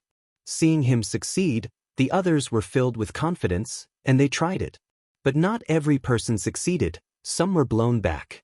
Long Chen had long since been prepared and he immediately caught them. He had them rest before trying again. With Long Chen present, they didn't need to worry about being blown back to the outer zone. Without that worry, they could go all out in their attempt to enter the red zone. This was a very miserable trial. Each person who tried to enter the red zone paid a heavy price. They would definitely vomit blood, and in the struggle, some people's legs even broke directly. Later, they relied on crawling with their arms to advance. The tenacious will they displayed shook all the experts watching. They were absolutely ruthless to themselves. Without going through pain and suffering, one cannot achieve success. This doesn't just apply to ordinary mortals, but also cultivators. Although the effort you put in isn't always directly proportional to your gains, if two people were of the same talent and luck, the one who puts in the most effort will obtain the most. In order to increase your odds by just a bit, you have to put in 10 times the effort of others. This is what it means to have resolve, said the vice sect master. The four families' experts all nodded. The majority of them were on the level of monastery heads and had high statuses. But they had rarely seen disciples as determined as the Dragon Blood warriors. Each one of these 300 people had such perseverance and refused to accept defeat. One of the Dragon Blood warriors had even failed 17 times. It was unknown how many times his bones broke. Blood had dyed his body, but he refused to accept help. On his 18th try, relying on his own strength, he managed to succeed. As a result, after 6 hours, all the Dragon Blood warriors managed to enter the red zone. Although it was just the edge, the other disciples all felt a profound veneration for them. If their positions were switched, they wouldn't have had that kind of perseverance. And even if they did, they wouldn't have this kind of resolve. This was a conviction that they would definitely succeed. This conviction was in themselves. Although they suffered failure after failure, they still believed in themselves. They believed that they could definitely charge through. This kind of belief was especially important to a martial cultivator. What a lesson, sighed one of the monastery heads. Compared to the Dragon Blood warriors, they found that their own disciples were lacking that kind of will and resolve. In comparison, their disciples were like greenhouse flowers. Shui Wuhan said, from the 108th monastery, starting with the righteous and corrupt battle, they slaughtered out their own path with Long Chen. They have crawled out from mountains of corpses and seas of blood. Each one of them is hot-blooded. When they were framed and their sect leader was captured, Long Chen charged into the first monastery on his own. At that time, these people were nothing more than rookies. Despite knowing their enemies were strong, so strong that even their sect leader couldn't resist, they were still willing to follow Long Chen into death. The feelings between them can withstand any trials. As long as Long Chen ordered it, they would follow him to their deaths. In the same way, if any of them were in danger, Long Chen would sacrifice his own life to save them.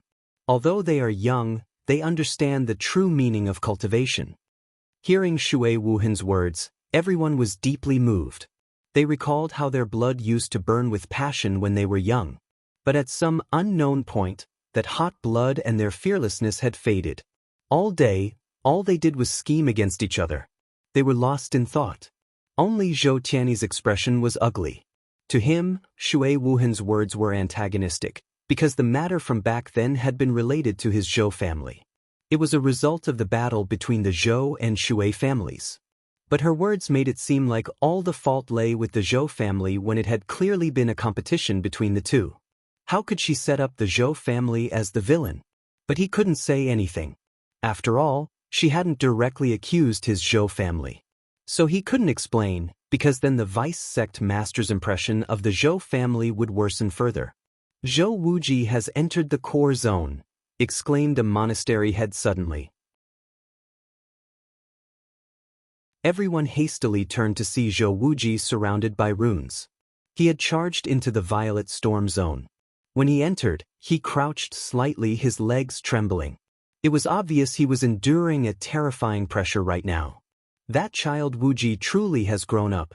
It's been many generations of this trial since our super monasteries have given rise to a disciple who could enter the storm zone. Zhou Tianyi could not conceal his pride. Shui Guanji is also moving. Oh, all of them are. It wasn't just Shui Guanji. Yu Qianshan and Zhong Wen had also entered the storm zone. Shui Guanji's body was releasing waves of runes. Yu Qianshan seemed to be enveloped by a huge sword image. And a blood-red mark had appeared on Zhong Wen's forehead, one that released a power that disrupted the flow of the violet storm zone. Seeing those four fighting against the storm zone, the vice sect master smiled with gratification. Then his gaze turned to the Dragon Blood Legion. They were currently standing on the edge of the red zone, calmly cultivating. This was their current limit. Suddenly, over 10 new figures appeared in the red zone. These were ordinary disciples who had been influenced by the Dragonblood warriors and charged in, using their own resolve as proof of their existence. As for Long Chen, he was currently moving deeper into the red zone with Meng Qi and Tang Wan. Long Chen, you should continue on your own. Meng Qi has already reached her limit. I'll accompany her here, said Tang Wan. Meng Qi couldn't advance any further, while Tang Wan had to look after her. Without Tang Wan, Meng Qi wouldn't have even been able to enter the red zone. Beast tamers were just too physically weak. All right. Long Chen nodded. Leaving them in the middle of the red zone, he rushed off to the storm zone. Light was racing across Long Chen's arms as Hua Long and Lei Long were already about to rush off without him.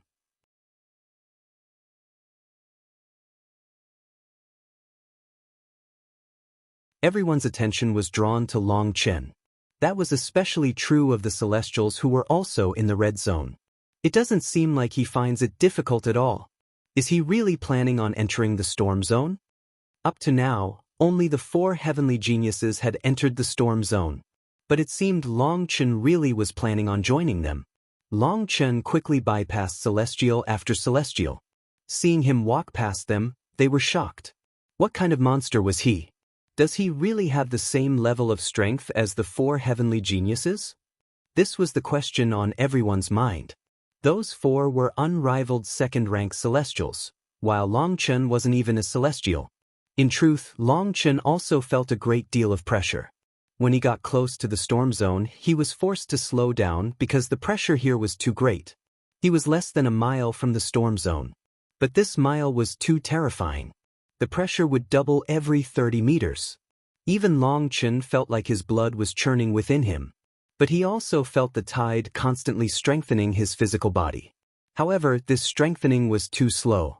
Perhaps the other Celestials felt that their physical bodies were rapidly advancing, but Long Chen's body had already reached a terrifying level. He didn't particularly care about this level of strengthening. He had the 9-star Hegemon body art. As long as he condensed the 4th star, his physical strength would immediately multiply. How could he care about this little bit? His target was the storm zone. That was where the purest energy of the Xiantian Sea was located. He knew this for sure because Hua Long and Lei Long were both expressing their desires to him loudly and repeatedly. There was something in the storm zone that they wanted. Hua Long was especially agitated. It seemed like a monster that had been starving for tens of thousands of years and was now seeing meat before it. It practically went crazy. As Long Chen advanced, the current began to rumble. The storm zone was right in front of him. Long Chen felt extremely uncomfortable with the intense pressure here. Taking a deep breath, His spiritual yuan began to surge. His aura erupted to fight against the current. If he still didn't do this, then just his physical body would be unable to endure it. At this moment, everyone's gazes were on him. They wanted to see whether he truly had the ability to challenge the storm zone. Long Chen had stopped. He was adjusting his aura. Previously, the 4 heavenly geniuses had also adjusted themselves for an incense stick's worth of time. Shui Wuhan was nervous. Long Chen had always been her greatest pride, but even she didn't know how powerful he really was. The fact that he wanted to compete with the 4 heavenly geniuses made her worry. If he failed, she would become a laughingstock. Boom! Suddenly, the Shintian Sea shook slightly. Long Chen had merely paused for a few breaths before taking a step into the storm zone. He's crazy! The spectators were appalled. Even the 4 heavenly geniuses had had to summon their manifestations to enter the storm zone. But Long Chen was merely circulating his spiritual yuan. That was the simplest, most ordinary defense possible. In front of the storm zone, he would immediately be blown back. The violet storm zone was like a hurricane. Loud rumbling filled Long Chen's ears. Long Chen's body suddenly trembled, and it felt like he had been smashed by countless hammers. His blood churned, and he vomited a mouthful of blood. Long Chen was surprised to see that his shoulder had dislocated because of the tearing force here. This storm seemed like wind but also not like wind. It seemed like water but was not water. It contained every single kind of energy found within heaven and earth. But Long Chen found that all those various energies contained a berserk, destructive force along with a powerful nourishing force. When he recovered from his injuries, he sensed that the energy here was of great assistance, and it saved him a great deal of life energy from the primal chaos space when he healed. How mysterious! Long Chen sighed inside. The Shintian Sea was absolutely inexplicable. While Long Chen was surprised, the outside world had practically gone crazy. Long Chen had actually charged his way through. Although he was a bit miserable at the start and had suffered an injury, he had completely adapted in just a few breaths. That was too monstrous. Shui Wuhan finally relaxed. At the same time, she was also shocked. What a powerful physical body. The Vice Sect Master couldn't help being moved. It was his first time seeing such a physical body. He was a foundation forging expert, and he could tell that Long Chen wasn't relying on any technique. His physical body was not backed by something like Zhao Wuji's earth energy. The 4 family heads were also shocked. They had heard Long Chen was a monster and powerful, but they hadn't really taken it to heart. No matter how strong he was, how could he compare to a rank 2 celestial? But now, he had forced his way into the storm zone. That was especially shocking to Zhou Tianyi and Shui Yunsong. The former regretted not caring enough about him before. Such a person had to either be drawn to their side or stealthily killed. Now, the Shui family had 2 peerless geniuses. The situation was not good for his Zhou family. As for Shui Yunsong, he also regretted not listening when Shui Wuhan told him Long Chen was a peerless genius and should be given the same treatment as Shui Guanji. Instead of listening, he had treated him as a game piece to use against the Zhou family. Now that Long Chen had displayed such power, he didn't know what to do. Furthermore, Shui Yunsong suddenly thought of a certain something, and his expression twitched. But there was nothing he could do now. Long Chen stood in the storm zone for a full incense stick's worth of time before gradually coming to an understanding of the rules here. Then he began to slowly advance. The pressure here was so immense, even steel would be instantly crushed. Long Chen could only advance step by step. He quickly saw 4 figures in front of him. The 4 of them were in a row and maintaining a distance of around a mile from each other as they slowly advanced toward the center. Long Chen was right in the middle of the 4. Zhao Wuji was the one furthest to the left, while the one furthest to the right was carrying a sword on his back. Because it was his back facing him, Long Chen couldn't see his face, but he knew it had to be the sword cultivator, Yu Qianshan. Of the 2 in the middle, the lithe figure was most definitely Zhong Wian, while the other had long hair that fell loosely on his back. He had to be the Shui family's genius, Shui Guanji. Long Chen frowned slightly. His position was rather awkward. But if he were to detour around them with this snail-like pace, it would waste too much time. Furthermore, he wanted to charge to the very center of the sea. So he had to pass by two of them. The two most suited for him to pass were Zhongguan and Shui Guanji. There was a mile between them, which was enough to safely pass through. The four of them had also noticed Long Chen, and they were extremely shocked. The most shocking fact was that after entering the storm zone, he had reached their current position even faster than them. In less than a few hours, Long Chen was less than half a mile away. He would quickly be standing shoulder to shoulder with them. Now that he got closer, he saw their faces. Everything about Yu Qianshan was sword-like. His eyebrows were sword-like, and his gaze seemed like two sharp blades. That gaze contained the specific arrogance of a sword cultivator. On the other hand, Shui Guanji was more handsome. But he was a bit too handsome, making him appear almost feminine. Long Chen disliked his appearance a great deal. He quickly realized the reason. He looked a bit similar to Mark Ying. Just at this moment, Shui Guanji turned toward Long Chen and shook his head. Scram. You don't have the qualifications to be here. Alarm bells suddenly rang in Long Chen's heart, but it was too late. An invisible fluctuation struck him. Within the current, it was practically impossible to sense a transparent fist. By the time Long Chen noticed it, he had been struck. He felt like a huge hammer had smashed into him. He pierced straight through the red, blue, and white zones like a shooting star. When he crashed into the edge of the basin, the entire land trembled slightly. Shui Wuhan shot up, her expression dark. Did you set this up? How brazen, Shui Wuhan. Don't be so rude to the family head. Another expert from the Shui family immediately retorted. Shui Yunsong glanced at Shui Wuhan. The matters of youngsters should be resolved by the youngsters. As the monastery head, do you not even possess that resolve? Shui Wuhan trembled from rage. She knew that Shui Yunsong had set this up in order to punish her for going against the family. He was trying to force her to lower her head. Good. Good. These are your own words. Don't regret it. Shui Wuhan sat back down. Long Chen miserably crawled up.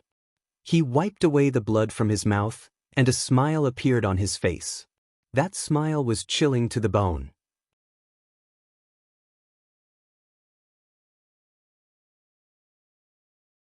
Seeing that Long Chen had been plotted against, the Dragonblood warriors were enraged. They all took out their weapons, about to charge their way into the storm zone. Don't cause trouble, shouted Guyang. It's already hard enough for us to be here. You won't even advance a few miles before being blown back. As for the storm zone, you won't be able to enter. Acting like this is just inviting humiliation. Then what are we supposed to do? Raged a Dragonblood warrior. You guys really? As your cultivation bases grew, it seems your brains have become dumber. Do you think boss is someone who will suffer without retaliating? Just obediently cultivate and wait to watch the show. Remember, boss is unrivaled, said Guoren. Long Chen had already charged back into the white zone. What shocked everyone was that he was practically a bolt of lightning. Heavens, that's way too fast. The disciples in the trial watched as Long Chen sped by. This speed was even greater than the four heavenly geniuses when they had charged forward. He was out of the white zone in just a few breaths. Even in the blue zone, his speed didn't decrease. He directly pierced through to the red zone. Upon reaching there, Long Chen let out a furious roar, and his aura erupted. Space trembled, but Long Chen's speed still didn't decrease. He was like a flying arrow, and he even became faster. Boom. Long Chen used the most direct, most barbaric method to barge right into the storm zone. This was too ruthless. He didn't even give himself time to breathe or adjust. The spectators were dumbfounded. Of course, this included Shui Yunsong. He had a bad premonition. The four families' experts could all tell that Long Chen's current mood wasn't good. Since Shui Guanji had plotted against him, it seemed he wasn't willing to be struck without striking him back. Only Shui Wuhan's expression was calm. She knew Long Chen was completely infuriated. With his previous experience, Long Chen merely trembled slightly upon entering the storm zone. He took half a step back. This half step was truly excellent. Originally, When you entered a new zone, there would be a powerful impact force. But now, the impact striking him had dropped 30 to 40%, so he wasn't injured. Then with a cold snort he began moving toward Shui Guanji. Although his speed wasn't fast anymore, in less than 2 hours, he was less than a mile from him. Shui Guanji once more turned back with a disdainful expression. This isn't a place you can stay. But since you are so obstinate, I can only help you scram again. A large fist suddenly condensed in the air and shot toward Long Chen. This time, Long Chen managed to see it. Shui Guanji was truly a sinister person. He might have turned his head back, but he didn't turn the rest of his body. He had actually been forming hand seals in front of him to secretly set up an attack. That was how Long Chen had been struck last time. Furthermore, Long Chen was at a disadvantage. With the tide's power behind him, Shui Guanji's attack was much stronger. His power was increased by the current, while Long Chen was forcing his way through the current. Of course he would be the one to suffer. Suddenly, a saber appeared in Long Chen's hands. That was an enchanted item he had obtained from someone else's hands. His blood drinker was still crazily absorbing the Phoenix Blood Black Gold's energy to heal itself. Long Chen didn't want to disturb it. Saber Chi soared into the sky. With a slash of his saber, the fist was cleanly cut in half. Furthermore, the leftover power continued toward Shui Guanji. Shui Guanji hadn't expected Long Chen to be so strong. His hand's seal suddenly changed, and a curtain of water appeared in the air. Long Chen's saber image landed on the curtain of water. The water curtain trembled a few times, but it still completely dispelled Long Chen's attack. Fuck off! Suddenly, a cold shout rang out. Long Chen had already crossed the mile that had separated them. Holding his saber with both hands, he mercilessly slashed it down. Long Chen's previous attack hadn't just split apart Shui Guanji's attack, but it had also cut a channel in front of him, one that greatly reduced the pressure of the current.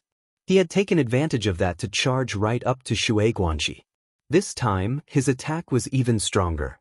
His saber caused a spatial tearing sound that caused Shui Guanji's expression to change. Skywater Shield. Shui Guanji hastily formed a hand seal, and runic energy formed a 3-meter-wide shield in front of him. This shield was condensed from countless water element runes. It appeared as if it was made of water. Boom! Powerful chi waves erupted. Zhong Weyan and Yu Qianshan frowned. They were affected by the shock waves. The two of them slowly moved further away. Although they weren't afraid, that didn't mean they would stupidly waste such a good cultivation opportunity. As for Zhao Wuji, he sneered. This was the best possible show for him. He represented the Zhou family, while Shui Guanji represented the Shui family. The two families were like fire and water. He had exchanged blows with Shui Guanji many times, but it had always ended up in a draw. Shui Guanji's water element cultivation technique was too abnormal, and it restricted him. He was an earth element expert. Shui Guanji's water technique might not specialize in offense, but it was unrivaled when it came to softness and flexibility. Each time Zhao Wuji's fists tried to hit him, it would be like hitting cotton. The feeling of his fists landing on nothing was so irritating that it almost made him puke.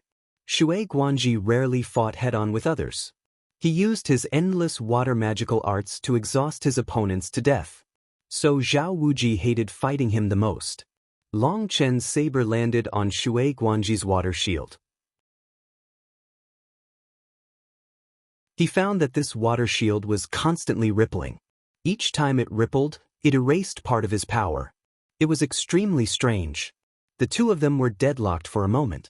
Shui Guanji sneered, "You're just a country bumpkin and have no qualifications to be here.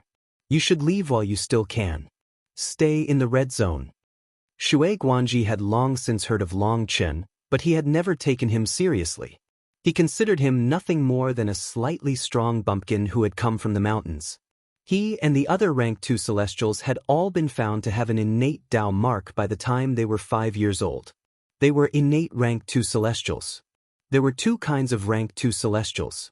One kind had advanced from the first rank. But that was extremely difficult. For example, Yin Wushang had been a powerful figure amongst Rank 1 Celestials.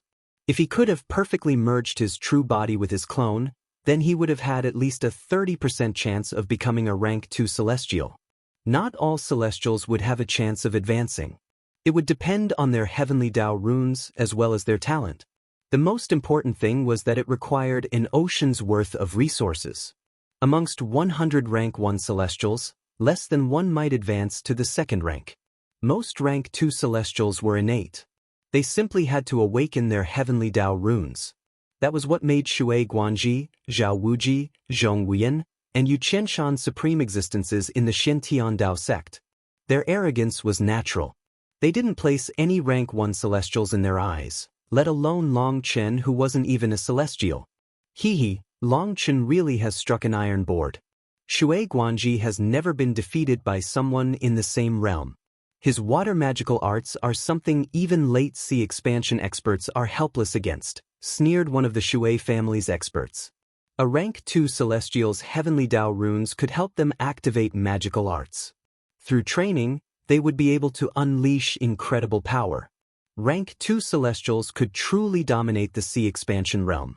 But rank 1 Xiantian celestials were only able to fight the early sea expansion realm. Amongst rank 1 celestials, 99% of them didn't have any attributes. So the only thing they could depend on was their heavenly Tao manifestations. But rank 2 celestials were blessed by the heavenly Taos and had higher chances of having an affinity with an element. That created a huge chasm between rank 1 and rank 2 celestials. So no matter how monstrous Long Chen was, no matter how heaven-defying he was, no one had a favorable opinion of his chances against a rank 2 celestial. Shui Yunsong smiled. Shui Guanji was a descendant of the Shui family, and that was much more dependable than an outsider. Just having Shui Guanji in the Shui family was enough. As for Long Chen, he would at most be fit to be Shui Guanji's servant. Of course, if Long Chen was willing to be Shui Guanji's servant, he definitely wouldn't mistreat him. But if Long Chen wasn't willing, then there was no way around it. Shui Guanji would ruthlessly suppress him. The sky did not have 2 suns. The people didn't have 2 masters.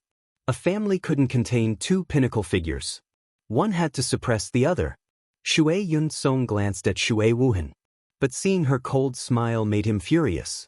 Shui Wuhan was becoming more and more unreliable. Since that was the case, then he would just allow Shui Guanji to properly beat Long Chen up.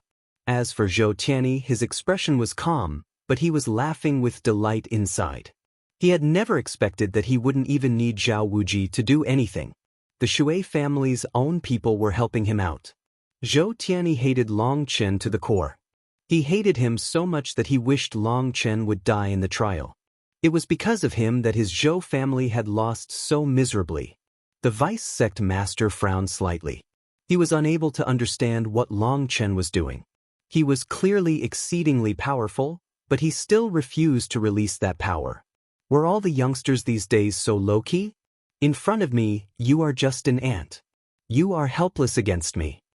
Shui Guanji continued to block Long Chen's saber. Although Long Chen was constantly increasing his power, his water shield was dispelling it at the same time. Long Chen was just wasting his time. He was unable to threaten him. Is that so? Then I want to see whether or not I can threaten you. Long Chen suddenly smiled. His saber fiercely cut down. What flabbergasted everyone was that Shui Guanji's incomparably tenacious shield was directly cut apart. Shui Guanji was dumbfounded. This was something that had never happened before. But before he could react, a hand came from a strange angle. It made an intimate connection with his handsome face. Pow!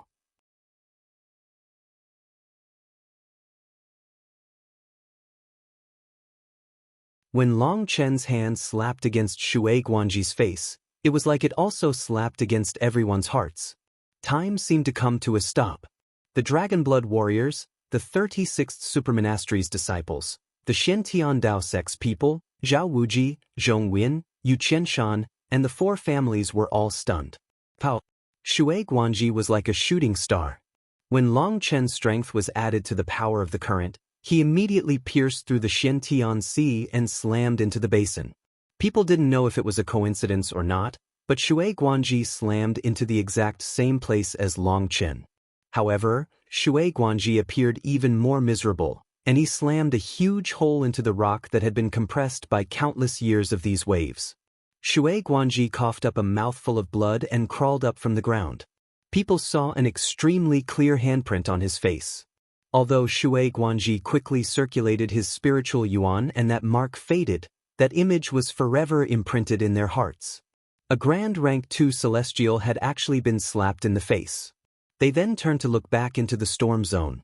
Long Chen's saber was resting on his shoulder. He appeared like a domineering god. The shockwaves from Long Chen's slap shook their hearts. Zhong Wen had never imagined that Long Chen, who usually didn't reveal any power, was actually this terrifying. The four heavenly geniuses had exchanged blows before. But it hadn't been a life-and-death battle, and so they hadn't determined a winner. But whether it was Zhong Wen, Zhao Wuji, or Yu Chenshan, none of them liked to battle Shui Guanji. That was because Shui Guanji's water magical arts were too irritating. They came one after another, endless and boundless. Their techniques were unable to display their true power in front of him. Furthermore, Shui Guanji had abnormally deep reserves of spiritual yuan. If they tried to fight a battle of attrition, none of them would be able to exhaust him. Furthermore, his defense was perfect, practically impenetrable. But Long Chen had broken that perfect defense with a single slash of his saber. That was the most shocking part of it. Having exchanged blows with Shui Guanji, they were aware of how strong that shield was. It would constantly dissipate other people's power, making them helpless. They were unable to understand how Long Chen had done this. Just now, they hadn't seen him release any great power. It had happened too suddenly. This Long Chen has gone too far. This is just humiliating others. Shui Yunsong's expression was incomparably ugly now. Too far? Humiliating? How come you didn't think that Shui Guanji's sneak attack against Long Chen was going too far or humiliating? Sneered Shui Wuhan. After a win, you laugh so happily, but after a loss, you have to curse others? Brother Yunsong, don't lose face. After all, whether it's Shui Guanji or Long Chen, they're both on the side of your Shui family. They're both equally valuable. Even if you're biased, you shouldn't make it so obvious, advised Zhou Tianyi with a smile. Although he knew Zhou Tianyi's words were trying to infuriate him, Shui Yunsong's fury still almost burst out of control. Long Chen's slap hadn't just been a slap in the face of Shui Guanji, but it had also been a slap in the face of the entire Shui family. This Long Chen really is strange. How did he do this? How did he break Shui Guanji's defense? At this time, the Wang family head finally couldn't help opening his mouth. He wasn't interested in their verbal warfare. But Long Chen's attack did make him very curious. When he said this, he looked toward the vice sect master, hoping he could answer him. The vice sect master didn't disappoint him. I'm also not sure if he took advantage of the opening in Guanji's defense or not. But if Long Chen really did do it on purpose, then his ability to see through his enemies is truly terrifying. Opening in his defense. How could there be a gap in Shui Guanji's water magical arts? Shui Yunsong didn't believe it. The vice sect master couldn't be bothered to even look at him. He coldly said, "There is nothing in this world that is perfect. If something was truly perfect, all that represents is extinction. Magical arts are the same, and no matter how strong the magical art, it must have a weak point. Just because you don't know about it doesn't mean it doesn't exist." "Please give me pointers, Vice Sect Master," asked Shui Wuhan respectfully. To tell the truth, she also wanted to know very much. The Vice Sect Master looked at the distant Long Chen. There is a saying that wind cannot exist without motion, and water is constantly flowing. The essence of water magical arts is that constant change. The wheel turns in an unending cycle. No matter what form the outer shape of the magical art takes, it must be in motion on the inside. As those runes flow, they cancel out the opponent's attack power. It's most definitely a very powerful ability. When fighting with water cultivators, if you try to fight a battle of attrition, you'll essentially be asking to be defeated. Water attribute experts have profound reserves of spiritual yuan. Even if the two sides have the same amount of spiritual yuan, the water cultivator will be able to use this method to exhaust their opponent's energy. So when their opponent is out of spiritual yuan, the water cultivator will still have at least 20% of theirs left. To sum up, a water cultivator's strongest point is their defense, not offense. But again, whether it is offense or defense, Shui Guanji's water magical arts are in constant motion. That is his strongest point, and also where his weakness lies. What? The Vice Sect Master continued, since it's in motion, there are waves. And where there are waves, there must be times of high and low, a time where strong and weak superimpose. Then you mean, these experts now understood. Yes, Long Qin used his power to figure out the fluctuations of Shui Guanji's power, and when his power was at its weakest, he struck. That was what brought on this result. But as a rank 2 celestial, Shui Guanji's water energy is incomparably pure. Hundreds of fluctuations occur within his defense with every blink of the eye. But even then, Long Chen was still able to figure out which wave was the weakest out of those hundreds of fluctuations. That is why I called him terrifying. Everyone was shaken. The opening the Vice Sect Master had described wasn't even an opening. Even if someone knew about it, no one could take advantage of it. Furthermore, Long Chen and Shui Guanji had only fought for a few breaths' time. To be able to find the opening during this short time and then take advantage of it, was that something a human could do? Perhaps you don't believe it. In truth, even I don't believe it. Even for me, if I was fighting someone on the same level, I would never be able to so cleanly grasp that kind of opportunity. This would require maintaining an absolutely pure and bright Tao heart in the midst of battle. Perhaps out of everyone here, only Long Chen is capable of doing this. Sighed the Vice Sect Master. Is Long Chen really this strong? Asked Shui Yunsong. The strong you're talking about is referring to combat strength. But what I'm referring to is the strength of his heart and will. Those things aren't something that can be raised just by spending resources.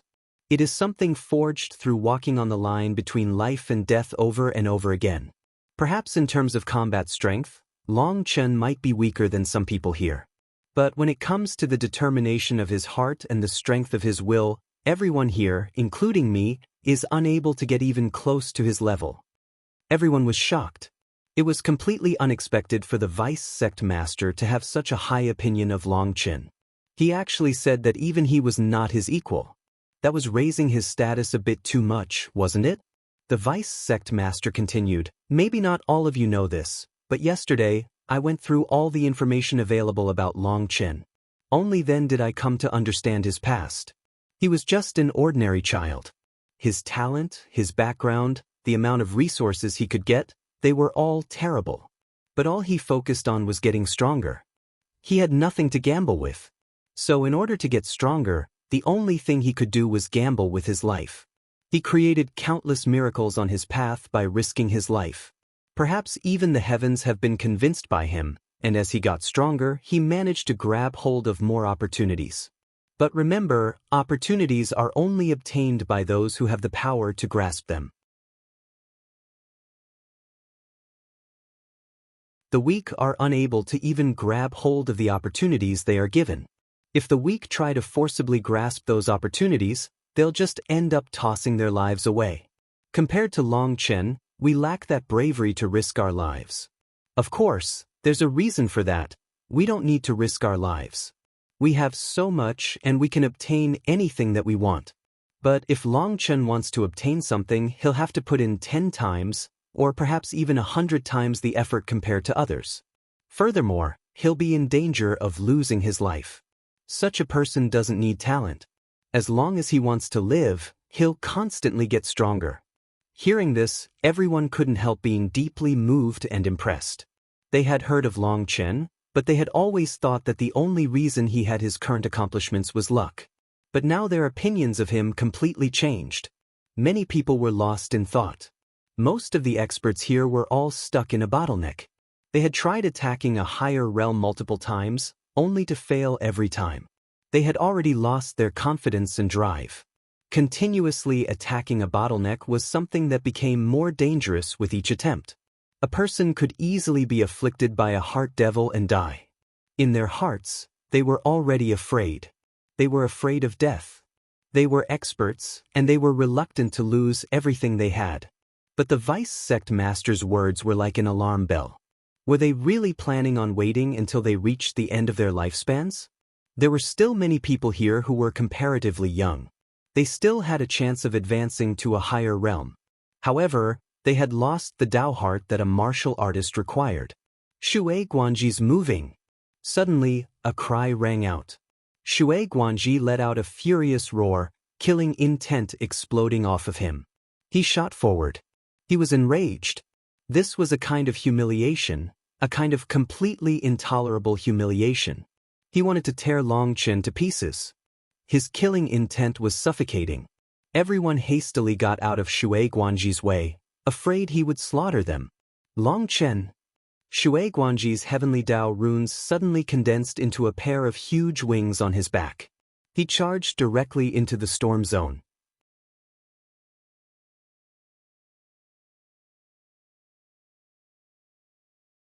Fuck off.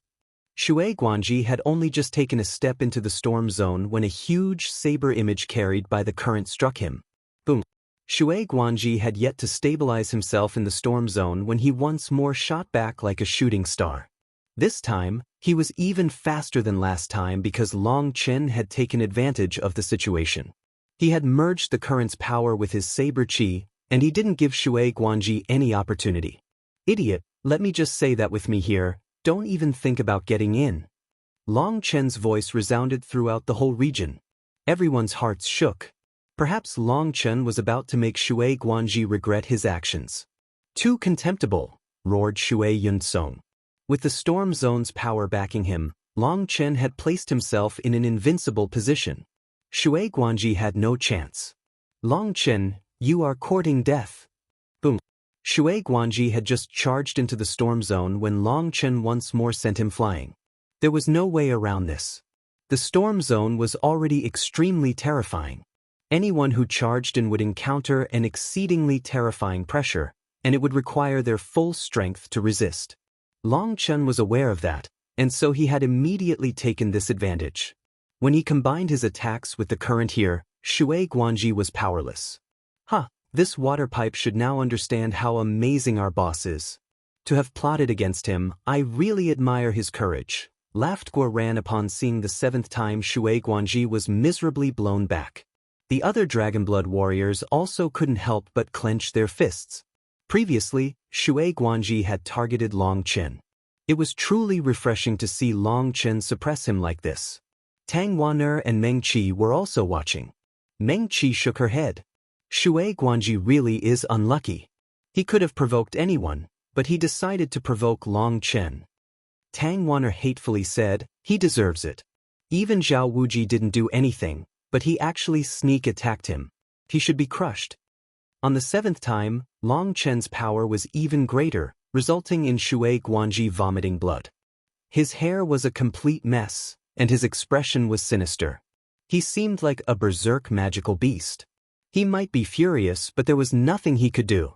As long as Long Chen had the terrain advantage and simply defended, none of his abilities would allow him to pass. Vice Sect Master, this matter is no good. If this continues, neither of them will be able to properly cultivate. Shui Yunsong looked toward the Vice Sect Master for help, hoping that he would stop this fight. But the Vice Sect Master merely said, I'm unable to handle your Shui family's internal conflict. All he had to do was make sure they didn't fight to the point of death. Otherwise, they could fight as they pleased. When Shui Guanji had attacked Long Chen, he hadn't said anything. Now that Shui Guanji was suppressed by Long Chen and Shui Yunsong was actually asking the Vice Sect Master to interfere, it truly proved that Shui Yunsong was worthy of being the family head. His face was definitely thick enough. However, the Vice Sect Master didn't want to interfere in their Shui family's affairs. If he had to worry about this kind of minor affair, he would never have a moment of peace to cultivate. Wuhan, are you not going to control your disciple? Shouted Shui Yunsong. Shui Wuhan smiled coldly. The matters of youngsters should be resolved by the youngsters. As the family head, do you not even possess that resolve? These words caused everyone's expressions to become odd. Even a solemn person like the vice sect master had to hold back a smile. These were almost the exact same words Shui Yunsong had said when Shui Guanji had sneak attacked Long Qin. Even the tone was the same. It was like Shui Wuhan had used Shui Yunsong's hand to slap him. It went without saying that this slap was very vicious. How impudent! Do you not place your family head in your eyes? Roared Shui Yunsong. Let everyone take a step back. Monastery head Shui, advise Long Qin to stop. This isn't good for either of them. There's a time limit for the Xiantian Sea, and it may disappear at any time. It's not good to mess around all day, said the vice sect master. All right, I'll advise him. But as for whether or not he'll listen, it's not my problem, said Shui Wuhan helplessly. After all, this was the vice sect master's request, and she had to give him this face. Long Qin, don't mess around. There's a time limit to the Xiantian Sea, and you have to cherish each moment. Long Qin was currently completely focused on Shui Guanji. He had to admit that Shui Guanji was extremely powerful. The reason he seemed so relaxed was entirely because he was relying on the Storm Zone's power. Now that Shui Wuhan tried to mediate the situation, he immediately understood that someone was forcing her. Currently, the 2 dragon tattoos on his arms were shining as they went all out, absorbing the energy for themselves. Although it wasn't as good as the energy from deeper within, Long Qin was unable to swallow his anger and thus didn't proceed further. This idiot goes too far with bullying others. I can let him through, but he must give me an apology, shouted Long Qin. You want me to apologize? Keep dreaming. You're the bumpkin idiot, roared Shui Guanji before anyone else could reply. Fine, then we can just continue like this. If you can get past me, then I won't be Long Qin, sneered Long Qin. He was also full of rage. He hadn't provoked this fellow, and all he wanted was an apology, but this Shui Guanji acted as if he was thoroughly wronged. Since that was the case, then they could fight until the end. Just who was afraid of who? Well, I've done all I can. Shui Wuhan shrugged. You aren't even able to control a disciple. What qualifications do you have to be a monastery head? Shouted an expert from the Shui family. That person was precisely the monastery head of the 5th supermonastery and the one who would eventually succeed in the family head position. Back then he had invited Shui Wuhan to join his side, but she had refused, which irritated him. Now his authority was growing greater and greater, and he was beginning to push her out. Yes, he is my disciple. But he is not my tool or puppet. He has the right to protect his own dignity. Shui Wuhan's expression sank. What sophistry, he raged. Don't fight. Shui Guanji is moving again. Is he? Everyone was startled to see Shui Guanji charge in a different direction this time. Heavens, he wouldn't. Quite a few expressions of disbelief appeared. Shui Guanji was actually rushing toward the Dragon Blood Legion. Scram! Shui Guanji roared and a huge blade fell on them. The Dragon Blood warriors were alarmed and hastily defended. Boom! A huge wind shield appeared in front of the Dragon Blood warriors. But this shield merely lasted for an instant before shattering. As for the Dragon Blood warriors, they were knocked back but didn't get sent flying. That was Tang Wan'er's shield. As soon as she had seen Shui Guanji charging over at everyone, she had had a bad feeling and rushed back with Meng Qi. Netherworld Soul Arrow. A translucent arrow filled with endless soul energy shot toward Shui Guanji. A spiritual attack? Shui Guanji's expression changed. Spiritual attacks were the most terrifying attacks. If he was struck, it truly would be troublesome. Buzz. The heavenly Tao runes behind him suddenly transformed into a huge shield. 2 kinds of runes were constantly flickering, looking like the eyes of millions of ghouls. It appeared extremely strange. This strange shield blocked Meng Qi's attack. But Shui Guanji felt a burst of pain in his soul. Meng Qi's spiritual attack was too powerful, and a portion of it reached him. Fuck off! Shui Guanji formed a hand seal, and the water qi around him surged. His runes rumbled with them, and a huge water hammer appeared in the air. Get back! Cried Tang Wan. She rapidly formed hand seals, summoning all her energy. A huge wind shield formed in front of her, and she retreated along with everyone else. Boom! Her wind shield exploded. Terrifying water energy slammed into them. It felt like a mountain had crashed into them, and they all vomited blood. They were engulfed in a powerful flood and unable to say a word. Shui Guanji's attack blew back Tang Wan'er and the others. They directly slammed into the edge of the basin. But no one cheered for him. They all looked down on him. Unable to defeat Long Chen, he actually released his anger on people from the same sect as him. That wasn't what a true expert should do. Everyone was silent for a moment. Around half of the Dragonblood Legion had fallen unconscious from this attack. After all, that was the attack of a rank 2 Celestial. Seeing the Dragonblood warriors begin to carry their injured brothers to the shore and give them medical care, everyone felt an indescribable feeling inside.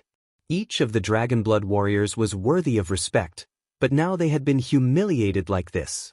Long Chen, since you won't let me cultivate, then none of your 36th Supermonasteries people should think about cultivating either. Shui Guanji completely ignored everyone's gazes. In the storm zone, Long Chen's eyes were icy cold, and his arms suddenly shook. A blue and violet light shot out. Originally, people thought he was preparing some ultimate attack, but those two lights didn't go forward. They went toward the core of the storm zone instead. Long Chen had decided to let Lei Long and Hua Long go to the core on their own. He told them to make themselves as small as possible so that they wouldn't be noticed, but it still drew people's suspicions. However, Long Chen didn't care. Shui Guanji, do you have any interest in having a life and death match? Shouted Long Chen from the storm region, shocking everyone. You're tuning in to the Passion Pages YouTube channel. We're so grateful for your support, and don't forget to subscribe to join us on this incredible journey through captivating stories. Your generosity through donations truly makes a world of difference, as it's the primary source of revenue that allows me to expand and enhance this channel for you. Thank you from the bottom of my heart for being a part of this adventure.